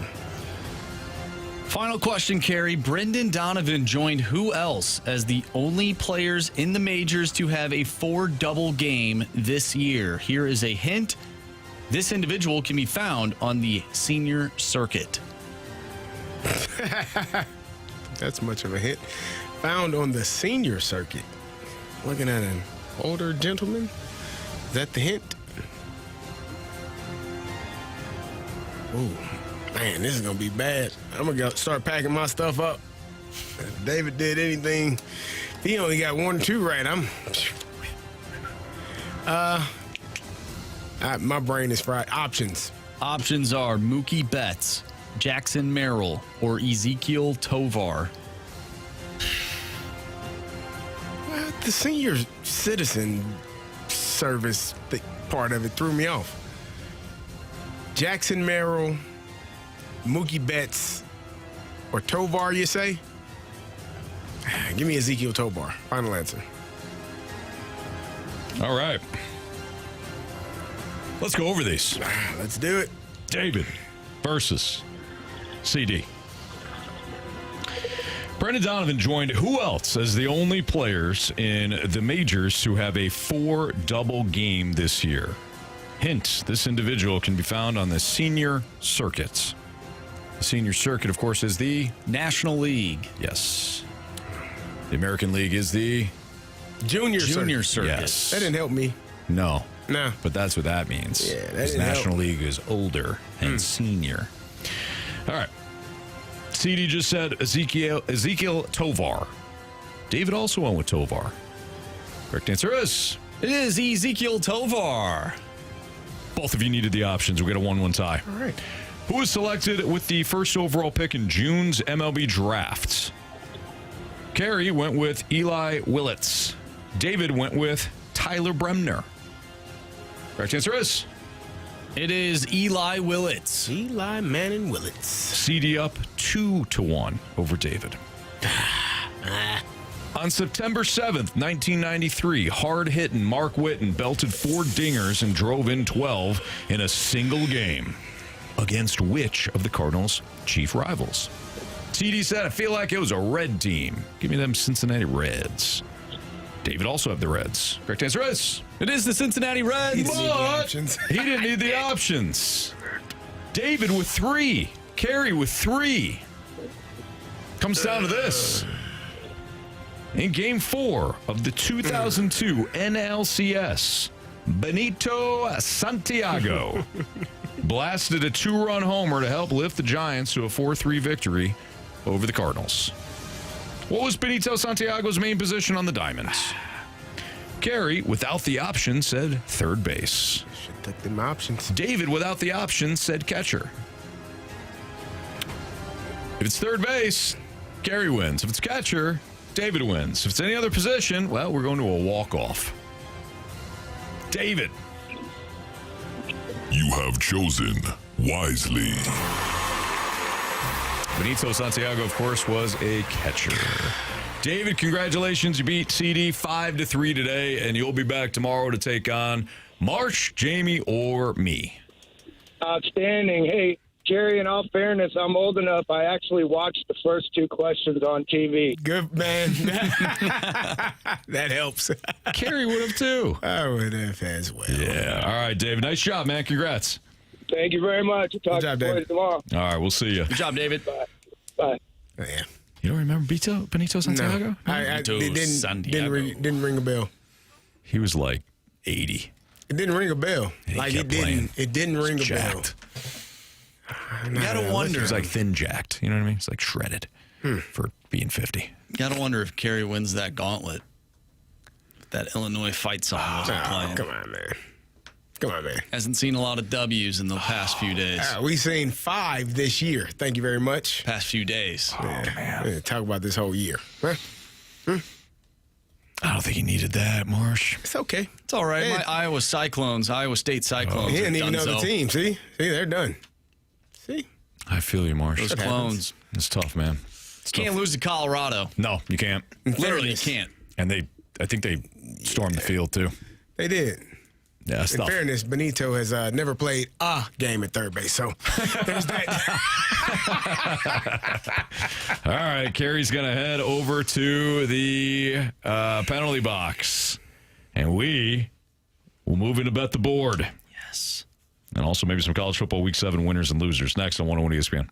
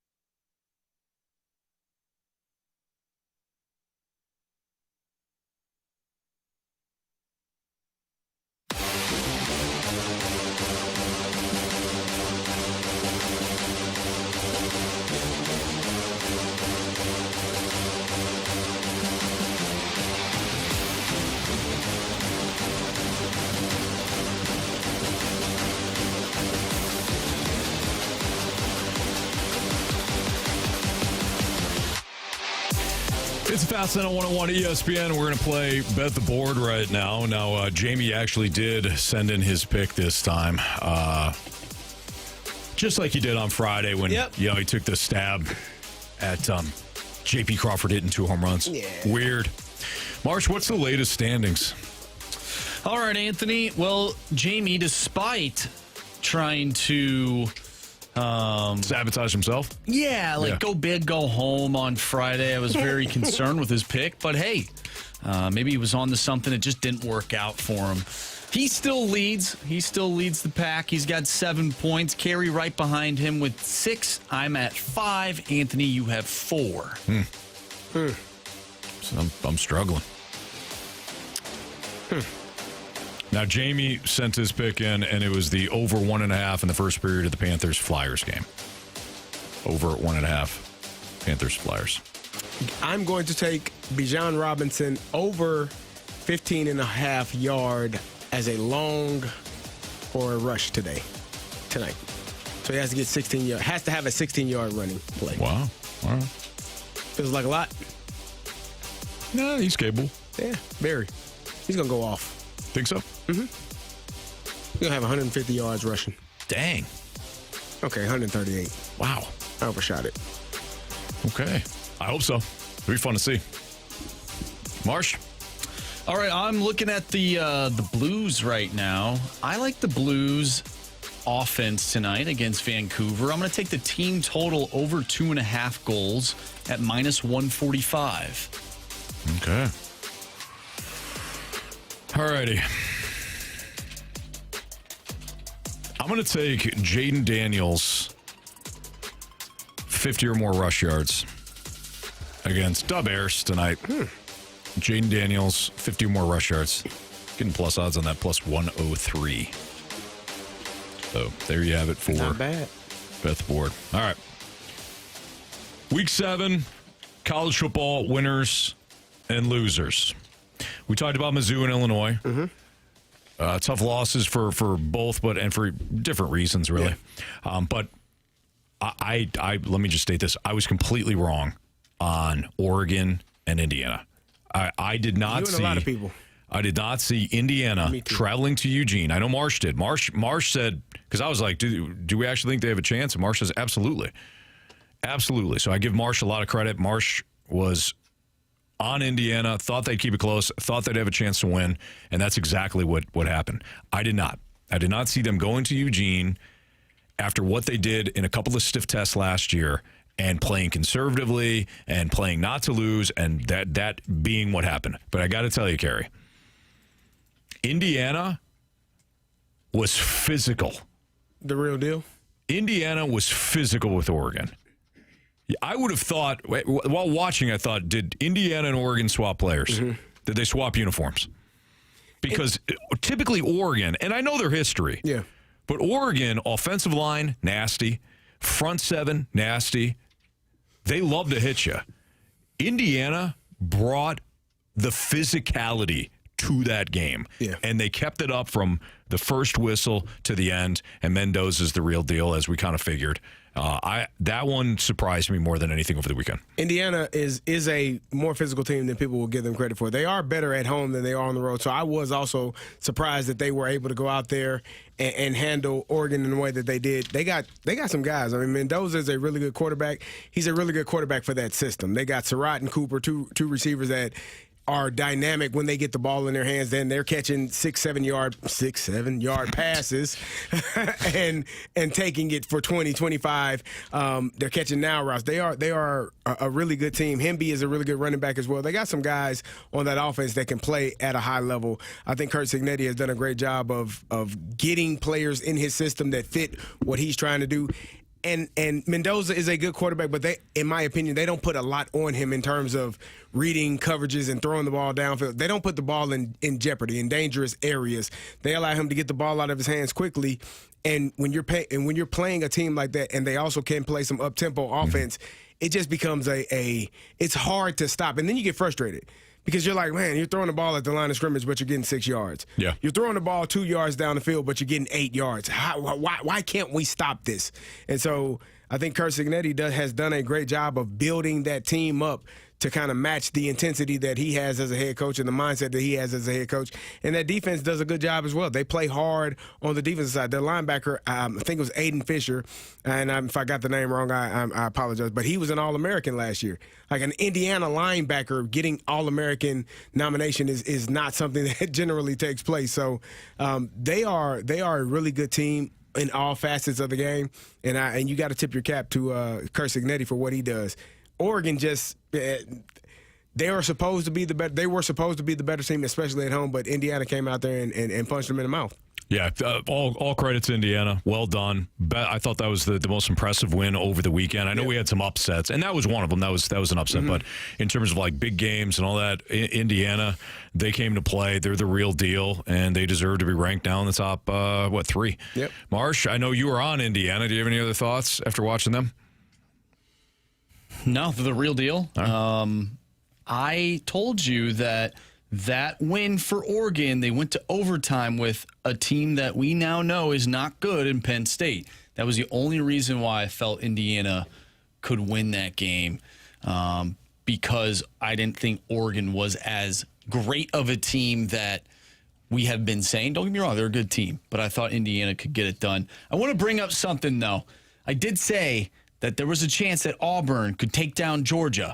And if the referees knew the difference between clapping hands and a timeout. Oh, stop it. Maybe Auburn would have gotten the job done. Auburn can't move the football. Auburn stinks offensively. They were up, what, 10-3 at half? Yeah. It was 10-0 for most of the first half. Yep. It was boring AF. And the second half, Auburn's like, hey, listen, defense, we just don't let them score. We did what we could. Yeah. We gave you 10, and we got nothing for you. That's why I Mizzou better not lose next week then. Gunnar Stockton, by the way, made one of the better throws of the season. Really? I don't think it was for a touchdown. I think it was for a first down. But he was rolling out, had to reset his feet, and threw an absolute dime. Mm-hmm. He's not a big guy, but he's got an NFL arm. I just don't know if it's going to translate. I think it's going to be interesting to see how this SEC landscape shakes out. Like I said, they got 12 teams. They got 6 teams in the top 12 right now. I think they got eight teams in the top 25, if I'm not mistaken, maybe more, 9. It's going to be interesting to see who falls out, because they're all gonna play each other, and you're going to have a couple of two lost SEC teams that are trying to get in there, kind of like you did last year where Alabama was on the outside looking in. You're going to have a couple of those teams that are trying to knock on that door and trying to figure out who is in and who's not. Yeah. It's going to be interesting to see how it all plays out. Absolutely. All right, we have the first six-pack coming up next. 314-399-9646 is the Air Comfort Service text line. So if you have a question for us, football, hockey, baseball, whatever, 314-399-9646 is the Air Comfort Service text line. Send in those questions. We'll answer them next on 101 ESPN.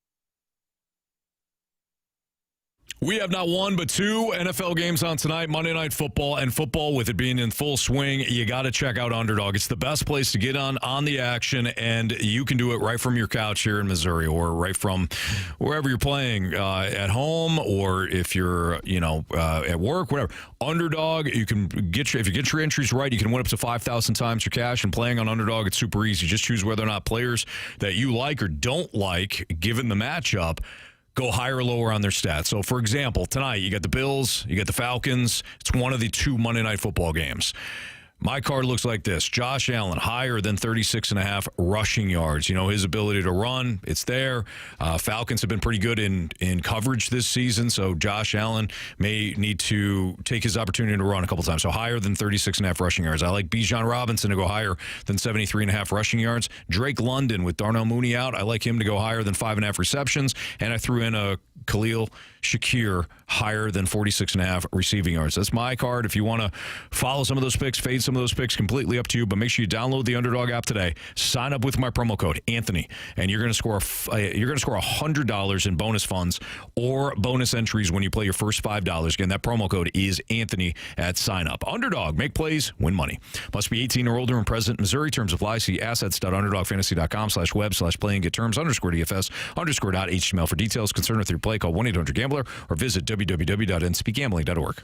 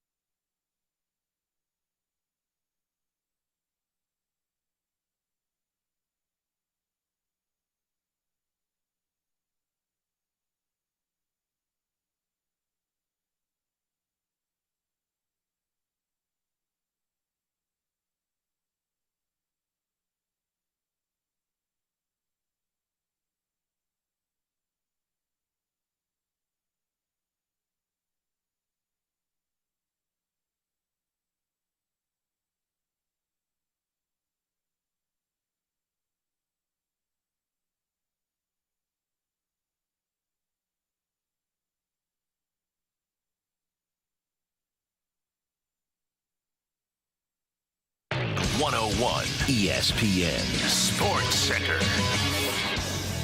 I'm Andrew Marsh. It's time for a Sports Center update driven by Johnny Londoff Chevrolet and Johnny Londoff Autoplex. We will have the Blues and Canucks game for you tonight right here on 101 ESPN. Pregame starts at 5:30. Puck drop is at 6:30. The Blues picked up a victory over the weekend in Calgary, and now they search for their second win of the season. If you have a Blues question or you have a question about anything, make sure you text us at the Air Comfort Service text line, 314-399-9646. We have our Sports Six-Pack coming up next, so get your questions in, and we'll do that next right here in the Fast Lane. I'm Andrew Marsh, and this Sports Center update is driven by Johnny Londoff Chevrolet and Johnny Londoff Autoplex. See them at londoff.com. Chevy, together we drive. Are you kidding me?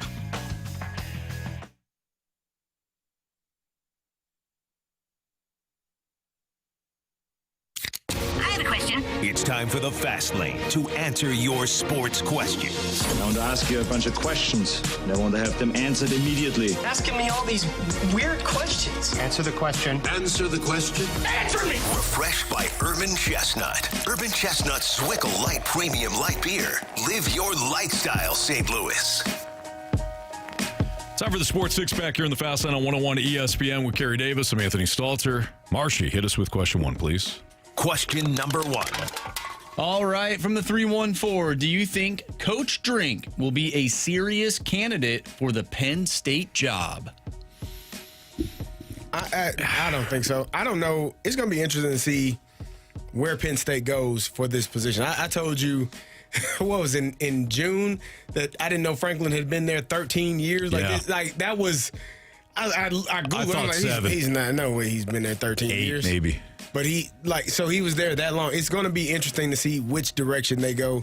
And I thought James Franklin, despite the record versus top 10 teams, he did an outstanding job.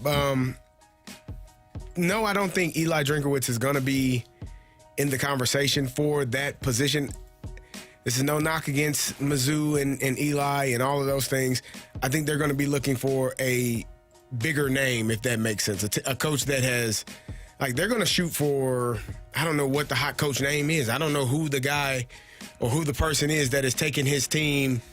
Curt Cignetti is probably the name that they're going to be looking for. He's taken Indiana to the college football playoffs and to a number 3 ranked team in the country right now. Yeah. That is a name that is going to be, and Curt Cignetti will tell you, I won everywhere I've been.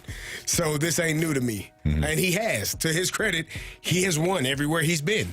So watching what he's done, I think that's going to be a name. I've heard Nick Saban's name as potential as coming out of retirement. That would be crazy and interesting. But I don't think that if Eli has had taken his team to a college football playoff, has been in that conversation for national championship contention, then possibly. But I don't know that moves the needle in Penn State for bringing in a head coach. No knock to your head coach, Mizzou fans. I know you, but you should be happy that he's not going to be mentioned for that job. He can keep the Mizzou Tiger, go Tiger, rolling. Yeah, I think that they would. Look, Eli Drinkowitz would be a fine hire. I don't know. One, if he'd necessarily be interested in that. I think he's building up with Mizzou, and he's in the SEC. Penn State will probably kick the tires on Matt Rule, who is not. I don't understand that at all. Is not dismissed. He's a Penn State alum. His connection to the area.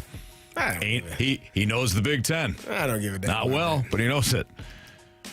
Why? And he's got the bar rescue model. Does he? Yeah. Rebuilt Temple, Baylor. Has made inroads at Nebraska. Who the hell's won in Nebraska since Osborne? And not Ozzie. Tom? Yeah.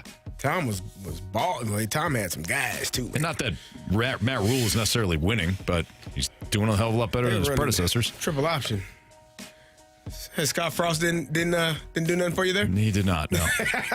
No. I mean, Curt Cignetti is that would probably be real. I think that's going to be the again, you're looking at guys. About Matt Campbell. That's a good one too. At Iowa State, probably maxed out as much as he can get out of that talent at Iowa State in the middle. And he's done a fantastic job. Mm-hmm. I just think they're going to be looking for someone that has put their team Penn State is a blue blood for football. It's not Illinois. It's not Mizzou. It is a blue blood. It is one of those. It is the LSUs. It is the Ohio States, the Michigans. It is Alabama for college football. So they're going to be looking, in my opinion, for a name that matches that brand. And whether that's a name that you know or a name that, like a Curt Cignetti, who has proven at all levels that he's capable of winning football games, I think that they would be going in that direction. Other than the money, why would Curt Cignetti go to Penn State when his team right now is better than Penn State? Because it's Penn State. Yeah. Like you're Bigger going to wallet, get to a point, right? bigger- You're going to get to bigger a point attention. where More attention. you're going to max out all that Indiana might. What if they win the national championship? I don't know if Indiana wins the national championship. They could. Hell, I think it's 10 to 12 teams right now. If you told me they won the national championship, I'd be like, oh, okay. I wouldn't be like, oh, Wide you're open. crazy. Yeah. Like, for me, this is probably the most wide open it's been in Ever, Bob. ever. Since last year? No. I think this is much more wide open. Ooh, I do too. So Really? Yeah. Hell yeah. I do. Even with a team that lost to Michigan, a bad Michigan team, by the way, at the end of the year, where their head coach was in talks of getting fired, at least from the fan base. Sure. Then they went on to win the national championship. I Notre can't- Dame made the national championship. You're telling me last year wasn't wide open? This is way more wide I think open this than is last way. year. Marsh, Texas, and Penn State. I'm not saying that this year isn't as wide open as last year. I'm saying this is as wide open as it's been since last year. I thought last year Oregon was the Maybe best team in the country, and I don't think it was close. Yeah, and they then pooped their pants at the Rose Bowl. No, Ohio State. They did. No, they did. Yeah. Ohio State. I give Ohio State credit. They smoked Oregon. Oregon didn't, in my opinion, they didn't lay down. Ohio State beat the hell out of them, and it was convincing. This year, there is not a team that is it ever not convincing when you beat the hell out of somebody? Well, no, sometimes it's not. Sometimes it gets away. Sometimes the score is not indicative of, I guess you're of right. how bad Yeah. the game was. Like sometimes you get the hell beat out of you, and Right. it looks like you got the hell beat out of you. Yeah, I hear you.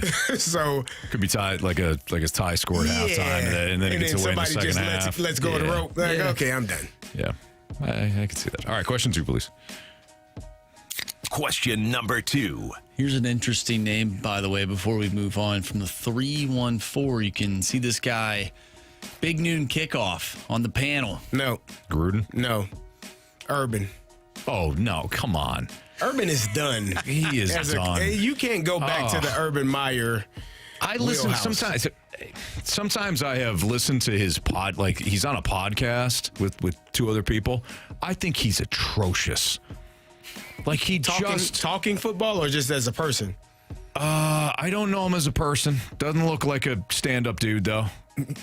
But he's somebody that always brings it, whatever the conversation is, he brings it to like the most boring aspect of the conversation, like rules. Matt Rule? Not Matt Rule. I'd rather hear him talk about Matt Rule than, what the NCAA should be doing for rules. So you're telling me you wouldn't want to kick it with Urban Meyer? No, I'm not kicking it. If Urban Kick Meyer him. kicked my kid, I'll kick his ass. Yeah. Better believe that. Damn right. All right, question number 2. From the 314, stick with college football here. Mizzou question, again. Why do you think the Mizzou quarterback, Bo Pribula, had so many issues finding open receivers against Bama? That I don't know. But it looked like there were some receivers that emerged open that maybe he just didn't stick with the route long enough. Sometimes quarterbacks, they get a little scatter shot. They start to look, their eyes start to look down. That has not been Bo Pribula's MO, though. I have seen him in other games this year keep his head up and make sure that, if there's a play to be made down the field, his head's up and he's not staring at the rush. But I don't know. I haven't seen the all 22 on it. Carey would be much better at that anyways. Like, there could be a multitude of reasons. They could have also said to him, hey, we like this game plan, and they didn't make a lot of adjustments, and they said, this is what we're doing. Our defense is playing well enough. We're going to play it a little conservatively. I don't know. What I do know is they did not take deep shots until the end of the game. Yeah, the couple of shots he took downfield were intercepted. And that was, like I said, a miscommunication between the receiver and the quarterback not being able to be on the same page. But yeah, it's I think football is hard, man. And I think the quarterback position is probably the hardest in all of sports. And I'm not just saying that. Like, I do believe from not so much from a physical standpoint, because blocking defensive linemen is a taxing thing physically, play after play after play. But from a mental standpoint, the quarterback position is probably the hardest position in every sport, in any sport. Well, yeah, you got to read off an entire paragraph to hand the ball off to somebody. Making sure everybody, all 10 other people are in the right spot. And then understanding what the other side of the field, what they're doing on that side, on that defense from before the ball is snapped to after the ball is snapped, making sure that the protection is good while you got 300-pound people running at you trying to tear your face off and I want his face off. While they're trying to do that, and then still keeping your eyes downfield to try to throw it to a moving target while another moving target is running in the space. Like, it is difficult, man. With that being said, you still got to make the plays. Still got to hit that wide open receiver to keep the game going. Yeah, very true. Oh, he wasn't wide open. Too high safety look. He threw it right to the safety. Carey. What? There was a guy. What do you mean? Wide open. Oh, the receiver on the sideline? So open that he started doing high knees and jumping up and down on the field when the game was over. What was his name? I saw that. I forgot his name that fast. Number 2. Who is he? What's this guy's name, man? Derek Jeter.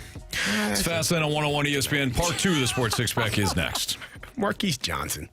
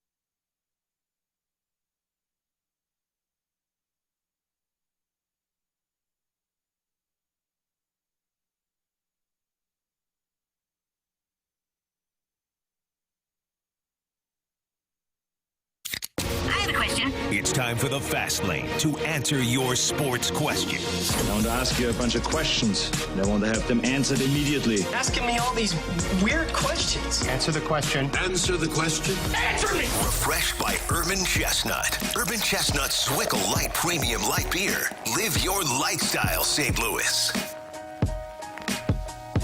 It's Fast Lane on 101 ESPN, continuing our Sports Six-Pack with question 3. Question number 3.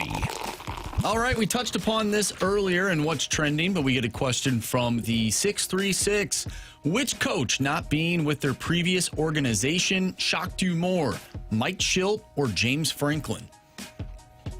It's got to be Schilt. I didn't see that coming at all. I mean, I did not think that they were going to fire James Franklin, but the only reason I thought that was because of the massive buyout. But after they lost to Northwestern at home, and has been embarrassed the last 3 weeks, the writing was on the wall. And I think if you're Penn State, you, at that point, you got to throw them to the wolves. So that one, while I wouldn't have predicted it, not surprising. The Schilt thing came out of nowhere, so I would say Schilt. I agree. I think Schilt being fired was definitely more surprising than James Franklin because, I mean, you kind of saw that writing on the wall after they lost to UCLA, and they were 25-point favorites, I believe. 25 and a half, sir. Yeah, so don't forget the half. Yeah, you go out there and lose that game. The writing was beginning to be put on the wall. Mm-hmm. Question number 4. From the 636, fantasy football is more fun, but is fantasy baseball more rewarding? Longer season, more players, a lot more maintenance. A championship is even better. You guys like fantasy baseball? I've never played. I heard it's long. It's long. AF. Yep. Like it is a lot of managing throughout an entire season. Yeah. But I've never played. I don't know if I would want to, though. I mean, it feels like every single day you got to manage the lineup. Is that how that works? That's correct. How many players do you get? I don't know. Marsh, you probably have a better idea of this. Like 20. I played fantasy baseball one time in my life. Didn't you got like pictures it. Too. Don't remember. Yeah, if you forget. Yeah. I mean, you can play. It's like a rotisserie. So you get chicken. Yeah, it's like chicken. This is just rotating in there. Mm-hmm. Yeah. No, collectively your stats just add up all week, and sometimes it goes against the league. Sometimes you're actually playing somebody. I don't know. I haven't played in a long. I probably haven't played in 10 or 15 years, just because. And people ask, I'm like, I can't. I don't have the time. It's too much. Sorry. But the hell do you think we're gonna do that? If you enjoy it. Well, to the texter's point, I do think it would feel more rewarding though if you won because of the amount of time that you spent with your team. Because that's a lot of time. Gator says that he won the Snake Pit Fantasy Baseball League this year, and Splashback Deuce placed second. Well done, guys. Nice. Well done. Yeah. Question number 5. All right, you guys want a Cardinals question? Sure. Yeah. Why not? I think Brissett played well yesterday in Indy. He did, actually. And the fact that Kyler Murray was kind of banged up going into that game. And, you talked about how well Brissett was able to move that offense down the field. Trey McBride, they got some weapons over there that they can get the ball to guys if they need to. Yes, sir. Yep. All right, we'll go to a different one then. Okay. From the 314, is there truly a great team in the NFL right now? No. We had the Lions ranked first in our little stack up, and how'd they do last night? Not great. Nah. Week before we had the Eagles. How'd they do? Nah, not great. Yeah. I don't think that there's a great team. There are some. The Hall of really good. Mm-hmm. Buccaneers are a really good team. I don't know that they're great. I don't know what. I have no clue how this is going to shake out for the Buccaneers, but it has been fun to watch so far. The Colts, I don't know. I think the Bucs could win the whole damn thing with the way they're playing. I don't know if it's sustainable. I really don't. I don't think they can. I don't think it's sustainable. Yeah. But man, they are just, and I hate them. I hate them with all the feelings of hate that I can throw at one team. The Dodgers? No, the Bucs. I hate the Bucs. that's right. Oh, yeah, that's right, because you're a Falcons fan. But damn. This might be the year for my Steelers, man. Let's talk about them. Let's do it. Let's talk Anthony. about them, Anthony. Let's damn do it. Huh? Pittsburgh Steelers. How we feel? How do you feel, Anthony? Do you want to fire off a question there, Marsh? Yeah, we'll make this the final question. Question number 6. Anthony? Pittsburgh Steelers, Anthony. How you feel? I feel as though, and I'm saying this with all due respect. Yeah, no, And I mean, all due respect. I mean, that doesn't mean you can say whatever you want. Sure as heck does. When you played for the Steelers, and for most of Ben Roethlisberger's time with the Steelers, that version of the Steelers, I can get on board with. Come on, man. This version. Come on, man. And the version that we have seen over the last, I don't know, 5 years or so. They didn't have a quarterback at that time. Don't 5 years or so. Yeah. I feel as though they have been gifted playoff spots because Joe Burrow and or Lamar Jackson and or, well, just those two. One or both will get hurt. And then you've got Cleveland. Anthony. And Cleveland has been good once over that time, and it was Baker Mayfield, who's, as we know now, a football god. So I just feel as though things often come up Steeler for the Steelers. I mean, when you are an organization such as Pittsburgh, it happens that way. You know, the football guys look down on you and they see you in that stadium by the Allegheny and they say, you know what? These guys love this game. This city deserves this team and they deserve to have good football. And that's what you see. Even on our worst years, Anthony, you just said it. They still make the playoffs. How? When you don't know who the quarterback is, you couldn't name them. How? Duck Hodges, doesn't matter. Mason Rudolph, he's there. The football gods smile on that city, man. Exactly. They claim that the Cowboys are America's team. The Steelers are God's team. You know? I believe that. It is what it is. And so here we are. Aaron back from the dead. You all wrote him off. You said, his Achilles is tore up. That man was top 10 in passing last year. DK Metcalf? Come on, man. You know a guy named TJ, not JJ. JJ's little brother, TJ. Man, he's a football savant. He does it all. This Steelers organization has names that are etched in the history of this damn sport. You know what I mean? It's what we do. It's who we are. You can't get past that. When you accept it, you'll feel better about life. This is just how God made it, man. I didn't choose this. It was chosen for me. You understand? Pittsburgh Steelers are who we thought they were. They're going to win the whole damn thing, man. If the Steelers are God's team, what's the 2025 version of the 49ers? They're not being smiled on. What more can the football gods take from the 49ers? Well, it's almost like they circled back and they're like, is that Fred Warner? Is Fred Warner still healthy? Somebody twist his foot. Somebody take him off the field. Yeah, that might have started in the Super Bowl with Greenlaw. Seriously, popping his Achilles running back onto the field. He wasn't on the right. He was on the field, but he was running back on the field for the play. George Kittle hurt. Brock Purdy hurt. Christian McCaffrey's healthy. Don't look like CMC anymore. Well, Brandon Ayuk hasn't played. Multiple offensive linemen. Nick Bosa. See ya. Good grief. All right, it's Fastlane on 101 ESPN. Andrew Marsh, Carey Davis, Anthony Stalter. Monday Night Football.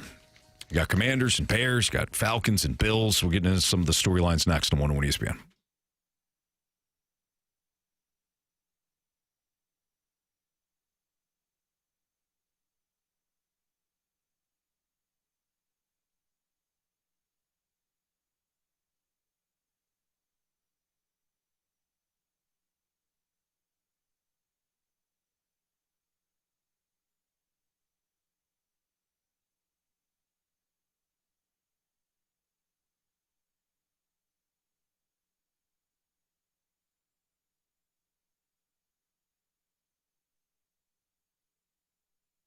Hey, it's Carey Davis, and if you're in the market for a new vehicle, look no further than Genesis of St. Charles. Genesis of St. Charles is the #1 Genesis dealer in Missouri for 2025. They're your trusted Genesis dealership, and it is spooky season. Shop wickedly wonderful offers all month long. This month only, get 0% APR for up to 60 months on all new Genesis models in stock, and this offer absolutely ends October 31st. If you want to trade, they're offering more on your pre-owned vehicle than ever before. Every purchase comes with 3 years of complimentary Genesis service valet. You must be within 125 miles. That means complimentary vehicle pickup and delivery, plus a loaner vehicle at no additional cost. You can schedule it online easily, or you can visit their location. You can visit them at their location right off of Mid Rivers Mall, or give them a call at 636-265-5215. I suggest you go into the facility and check it out. It is a brand new facility. It is awesome to be there. They have all of the new models in stock for you to check out, and you can look for it and see what you like and drive home your vehicle today. If you don't have time to stop in, visit them online at genesisofstcharles.com.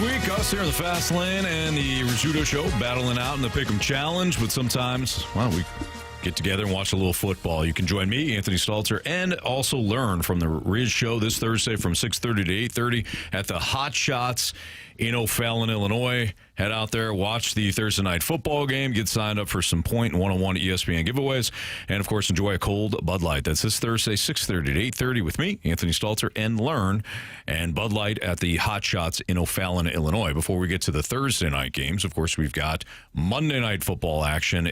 While we will be covering the Blues and Canucks, the Falcons will host the Bills, and the Commanders will host the Chicago Bears. And I think there's a couple of interesting storylines in both of these games.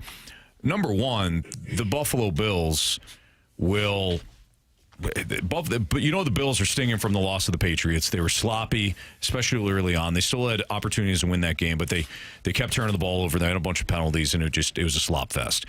Their secondary was victimized by Stephon Diggs. So you know that the Falcons are certainly going to get the Bills' best effort tonight. On the other side, I don't quite know what to make of the Falcons. And sorry, Marsh, but they looked outstanding on Sunday Night Football against the Vikings. Outstanding? Defensively, they looked outstanding against the Vikings on Sunday Night Football. They go on the road the following week and get obliterated. Look like a junior high team against Carolina. And that's disrespect to those junior high offenses. Yeah, because the offenses are incredible in junior high. And then they come back, and while they did host a Washington team that did not have Jaden Daniels, they still offensively put up big-time numbers. So I don't know what to make of the Falcons. Some of their defensive numbers are pretty impressive, but they're kind of the counting stats. If you look at a lot of, I know nobody's looking at the analytics in football especially, but some of the numbers are they're kind of fraudulent. But if you look at yards allowed, passing yards allowed, they're if they're not one, they're in the top 5. But they're going to get the test tonight. That's for sure. The Buccaneers game, that was a one-possession game. You lost when Baker was able to take the team down the field, and they were able to win that game. The Panthers is the one outlier that you're looking I don't know what the hell they were doing.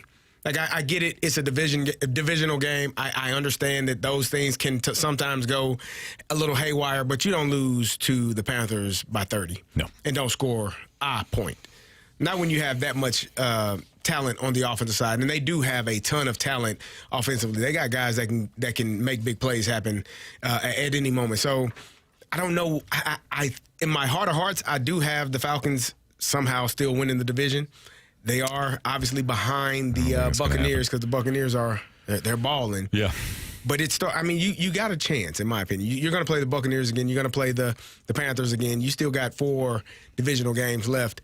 But you got to win against teams at home like the Buffalo Bills, against those teams. If you call yourself trending in that direction, which I think that they are because they have a solid offense, they have a solid defense. They have a good team, in my opinion, and the second-year quarterback in Michael Penix. I'm looking forward to seeing how well they do all of the things that I think they're capable of doing.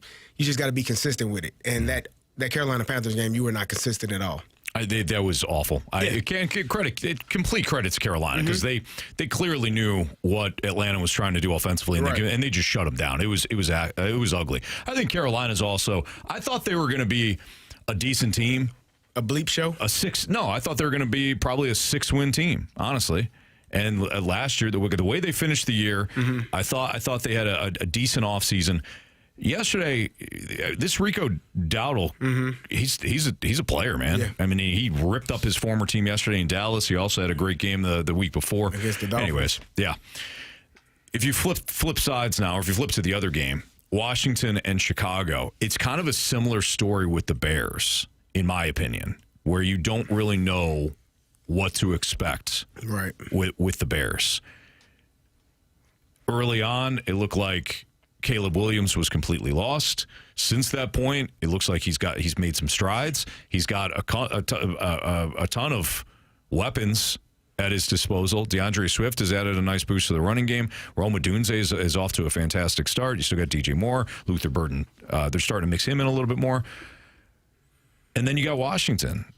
And Washington did not play well in the first quarter last week, and the Chargers let him off the hook. They fumbled. Quentin Johnson had a big fumble in Washington territory that, at the very least, if you cap that drive off, it's 13-0, if not 17-0. And I don't think Washington wins. Right. But defensively, they got after Justin Herbert, and that Chargers offense completely melted in the second half. So long story short, I think these are going to be 2 competitive games that will come down to the wire. I agree. I think the Bears, they're kind of mind-boggling in what's going on offensively. DJ Moore has been silent, in my opinion. He hasn't made much. He's only got 1 touchdown. Rome Odunze has been the leading receiver, and sometimes both of those guys are second-year players. Him and Caleb Williams, so him and Rome probably have a level of comfort with one another. But sure. DJ Moore was a guy you traded for, and you traded away. You got a You traded for him, and the Carolina Panthers got Bryce Young because of it. Yeah, he was in the same deal. He was in that same deal. So I expect more from DJ Moore. They also got Colston Loveland, who they drafted in the first round. He has 3 catches this year. Like that's not good enough. You got Luther Burden, who you drafted in the second round. He's got 7 catches. Like, what was wrong with Cole Kmet? I don't know. I don't know why they did that. I had no clue. You had to have Colston Loveland only to not use him? To not use him. I didn't get that. For me, the Bears are mind-boggling in what they're doing offensively. You talked about DeAndre Swift. He's done a really good job of kind of steadying that running back room, but what you're doing offensively is weird to me because you're throwing seeming like every pass to Rome Odunze, but you got 4 other guys that you should be trying to get the ball to them as well. And I don't know if that's a Ben Johnson issue with the offense. I don't know if it's Caleb Williams not being able to get off of that one read and get to the next guy. Right. I don't know, but this offense should be much better than it is as well. They spent the money in the offseason on the interior offensive line to make them better. I don't know what they're doing. With that being said, I don't think they got a chance tonight against the Washington Commanders. Oh, I do. I don't. I wouldn't predict Jaden him. Daniels back healthy. He was banged up. You know, that last game he played against the Chargers, he was still with the knee brace and not his full self. Yep. You picked Jaden Daniels to have over 50 yards rushing. That means you believe he's healthy. That means they're gonna smoke the Chicago Bears tonight. Because I thought, no, I don't believe they're gonna smoke them. Because I'm still not a big believer in Washington's defense. Despite the fact that they won the game last week. Again, I thought the Chargers imploded. They also had the ball inside the 5, and the ball got tipped and it was an interception. I'm just not. I don't believe in Washington's defense at all. I think it's going to be. I have the Commanders winning this football game tonight. I do think it's going to be tight. I think it's going to be high scoring and tight. I think they're gonna get. I think it's gonna get away from the Bears late. Okay. Because Caleb Williams probably gonna be staring down Rome Odunze, and he should be looking at DJ Moore. He's probably wide open like Marquise Johnson was on the side. I do want to say that I hate that. Now, you hate that. I hate. Don't show your quarterback up, man. Yeah. That Marquise Johnson. You gotta be better than that. Don't do that. It's like your left fielder not moving. On a home run. Yeah. Well, yeah. Everybody knows it's gone. Come on, man. It's your teammate. At least fake it. Yeah. Go back. My prediction for this game is that it comes down to the final play. Perhaps a Hail Mary. Maybe there'll be a defensive player dancing on the other side of the field while the play is going on. You think it's happening twice? And then maybe he runs over to where the jump ball is going to be. He actually jumps up and tips it instead of batting it down. Sounds familiar. And then it lands into one of the receiver's hands. And the other team that had really no shot of winning that game ends up winning it. Perhaps they'll go on to the NFC Championship. The other team will fall apart. Holy smokes. This is very detailed. I'm not saying that'll happen. That sounds like you've seen that before. So. No, that's never happened. Why would a player be dancing on the other side of the field when the final play of the game's going on? I think they're going to win. It has happened before. I've seen it. What? It's Fast on 101 ESPN. What we learned, 3 stars of the day coming up next.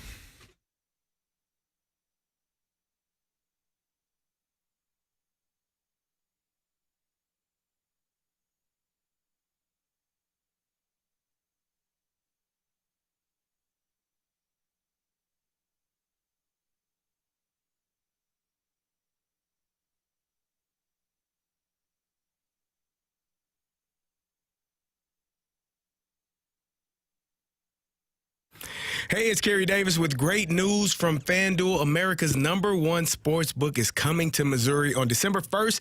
You'll finally be able to bet on all your favorite teams and all your favorite sports.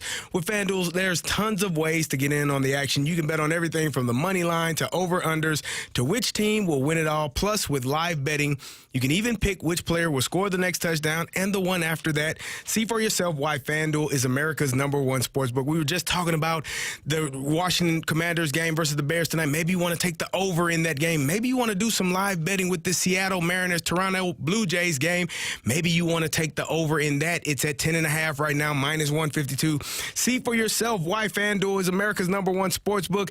FanDuel, you can play your game your way, and you can do it all. The Dodgers Brewers tonight, over under 7.5. That's a good pick. I like the over. As always, must be 21 plus and present in Missouri. Gambling problem? Call 1-800-GAMBLER.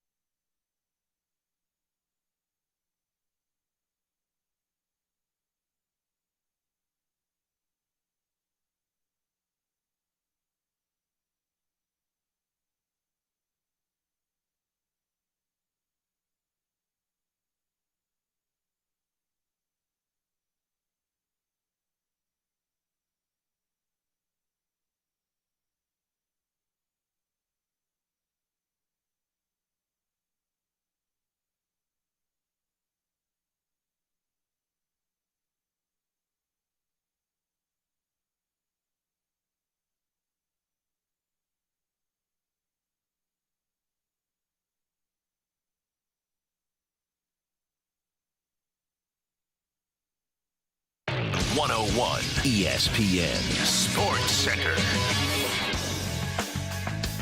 I'm Andrew Marsh. It's time for a Sports Center update brought to you by Saliga Heating and Cooling.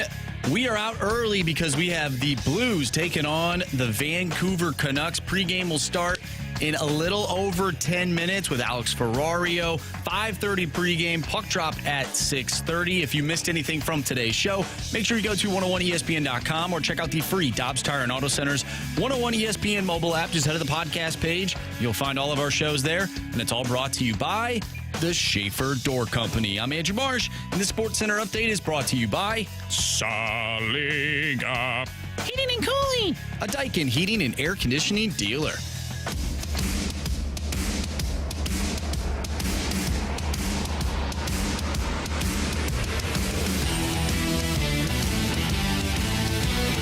Anything from today's show, you can always download the podcast available at 101ESPN.com or on the 101 ESPN mobile app.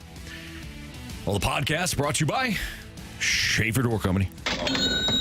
By the way, TMA will be live this Wednesday morning from the Rawlings Experience at Westport Plaza. Rawlings, the #1 baseball brand worldwide, will be revealing this year's Gold Glove Award finalist. It's this Wednesday morning, TMA live from the Rawlings Experience in Westport Plaza for the Gold Glove Award finalist announcement. You can find more details now at 101ESPN.com. And if you're ready to hit the fairway with the crew from the morning after, 101 ESPN and Michelob Ultra present the Tee It Up with TMA giveaway. One lucky winner and a guest will score a free round of golf with Tim and Jackson of the morning after at Fox Run Golf Club. It's your chance to hang out and enjoy a laid-back round with Tim and Jackson. Use the code SWING to get entered to win now, either at 101ESPN.com or the 101 mobile app. You must be 21. The Tee It Up with TMA giveaway is courtesy of Michelob Ultra, Superior Light Beer.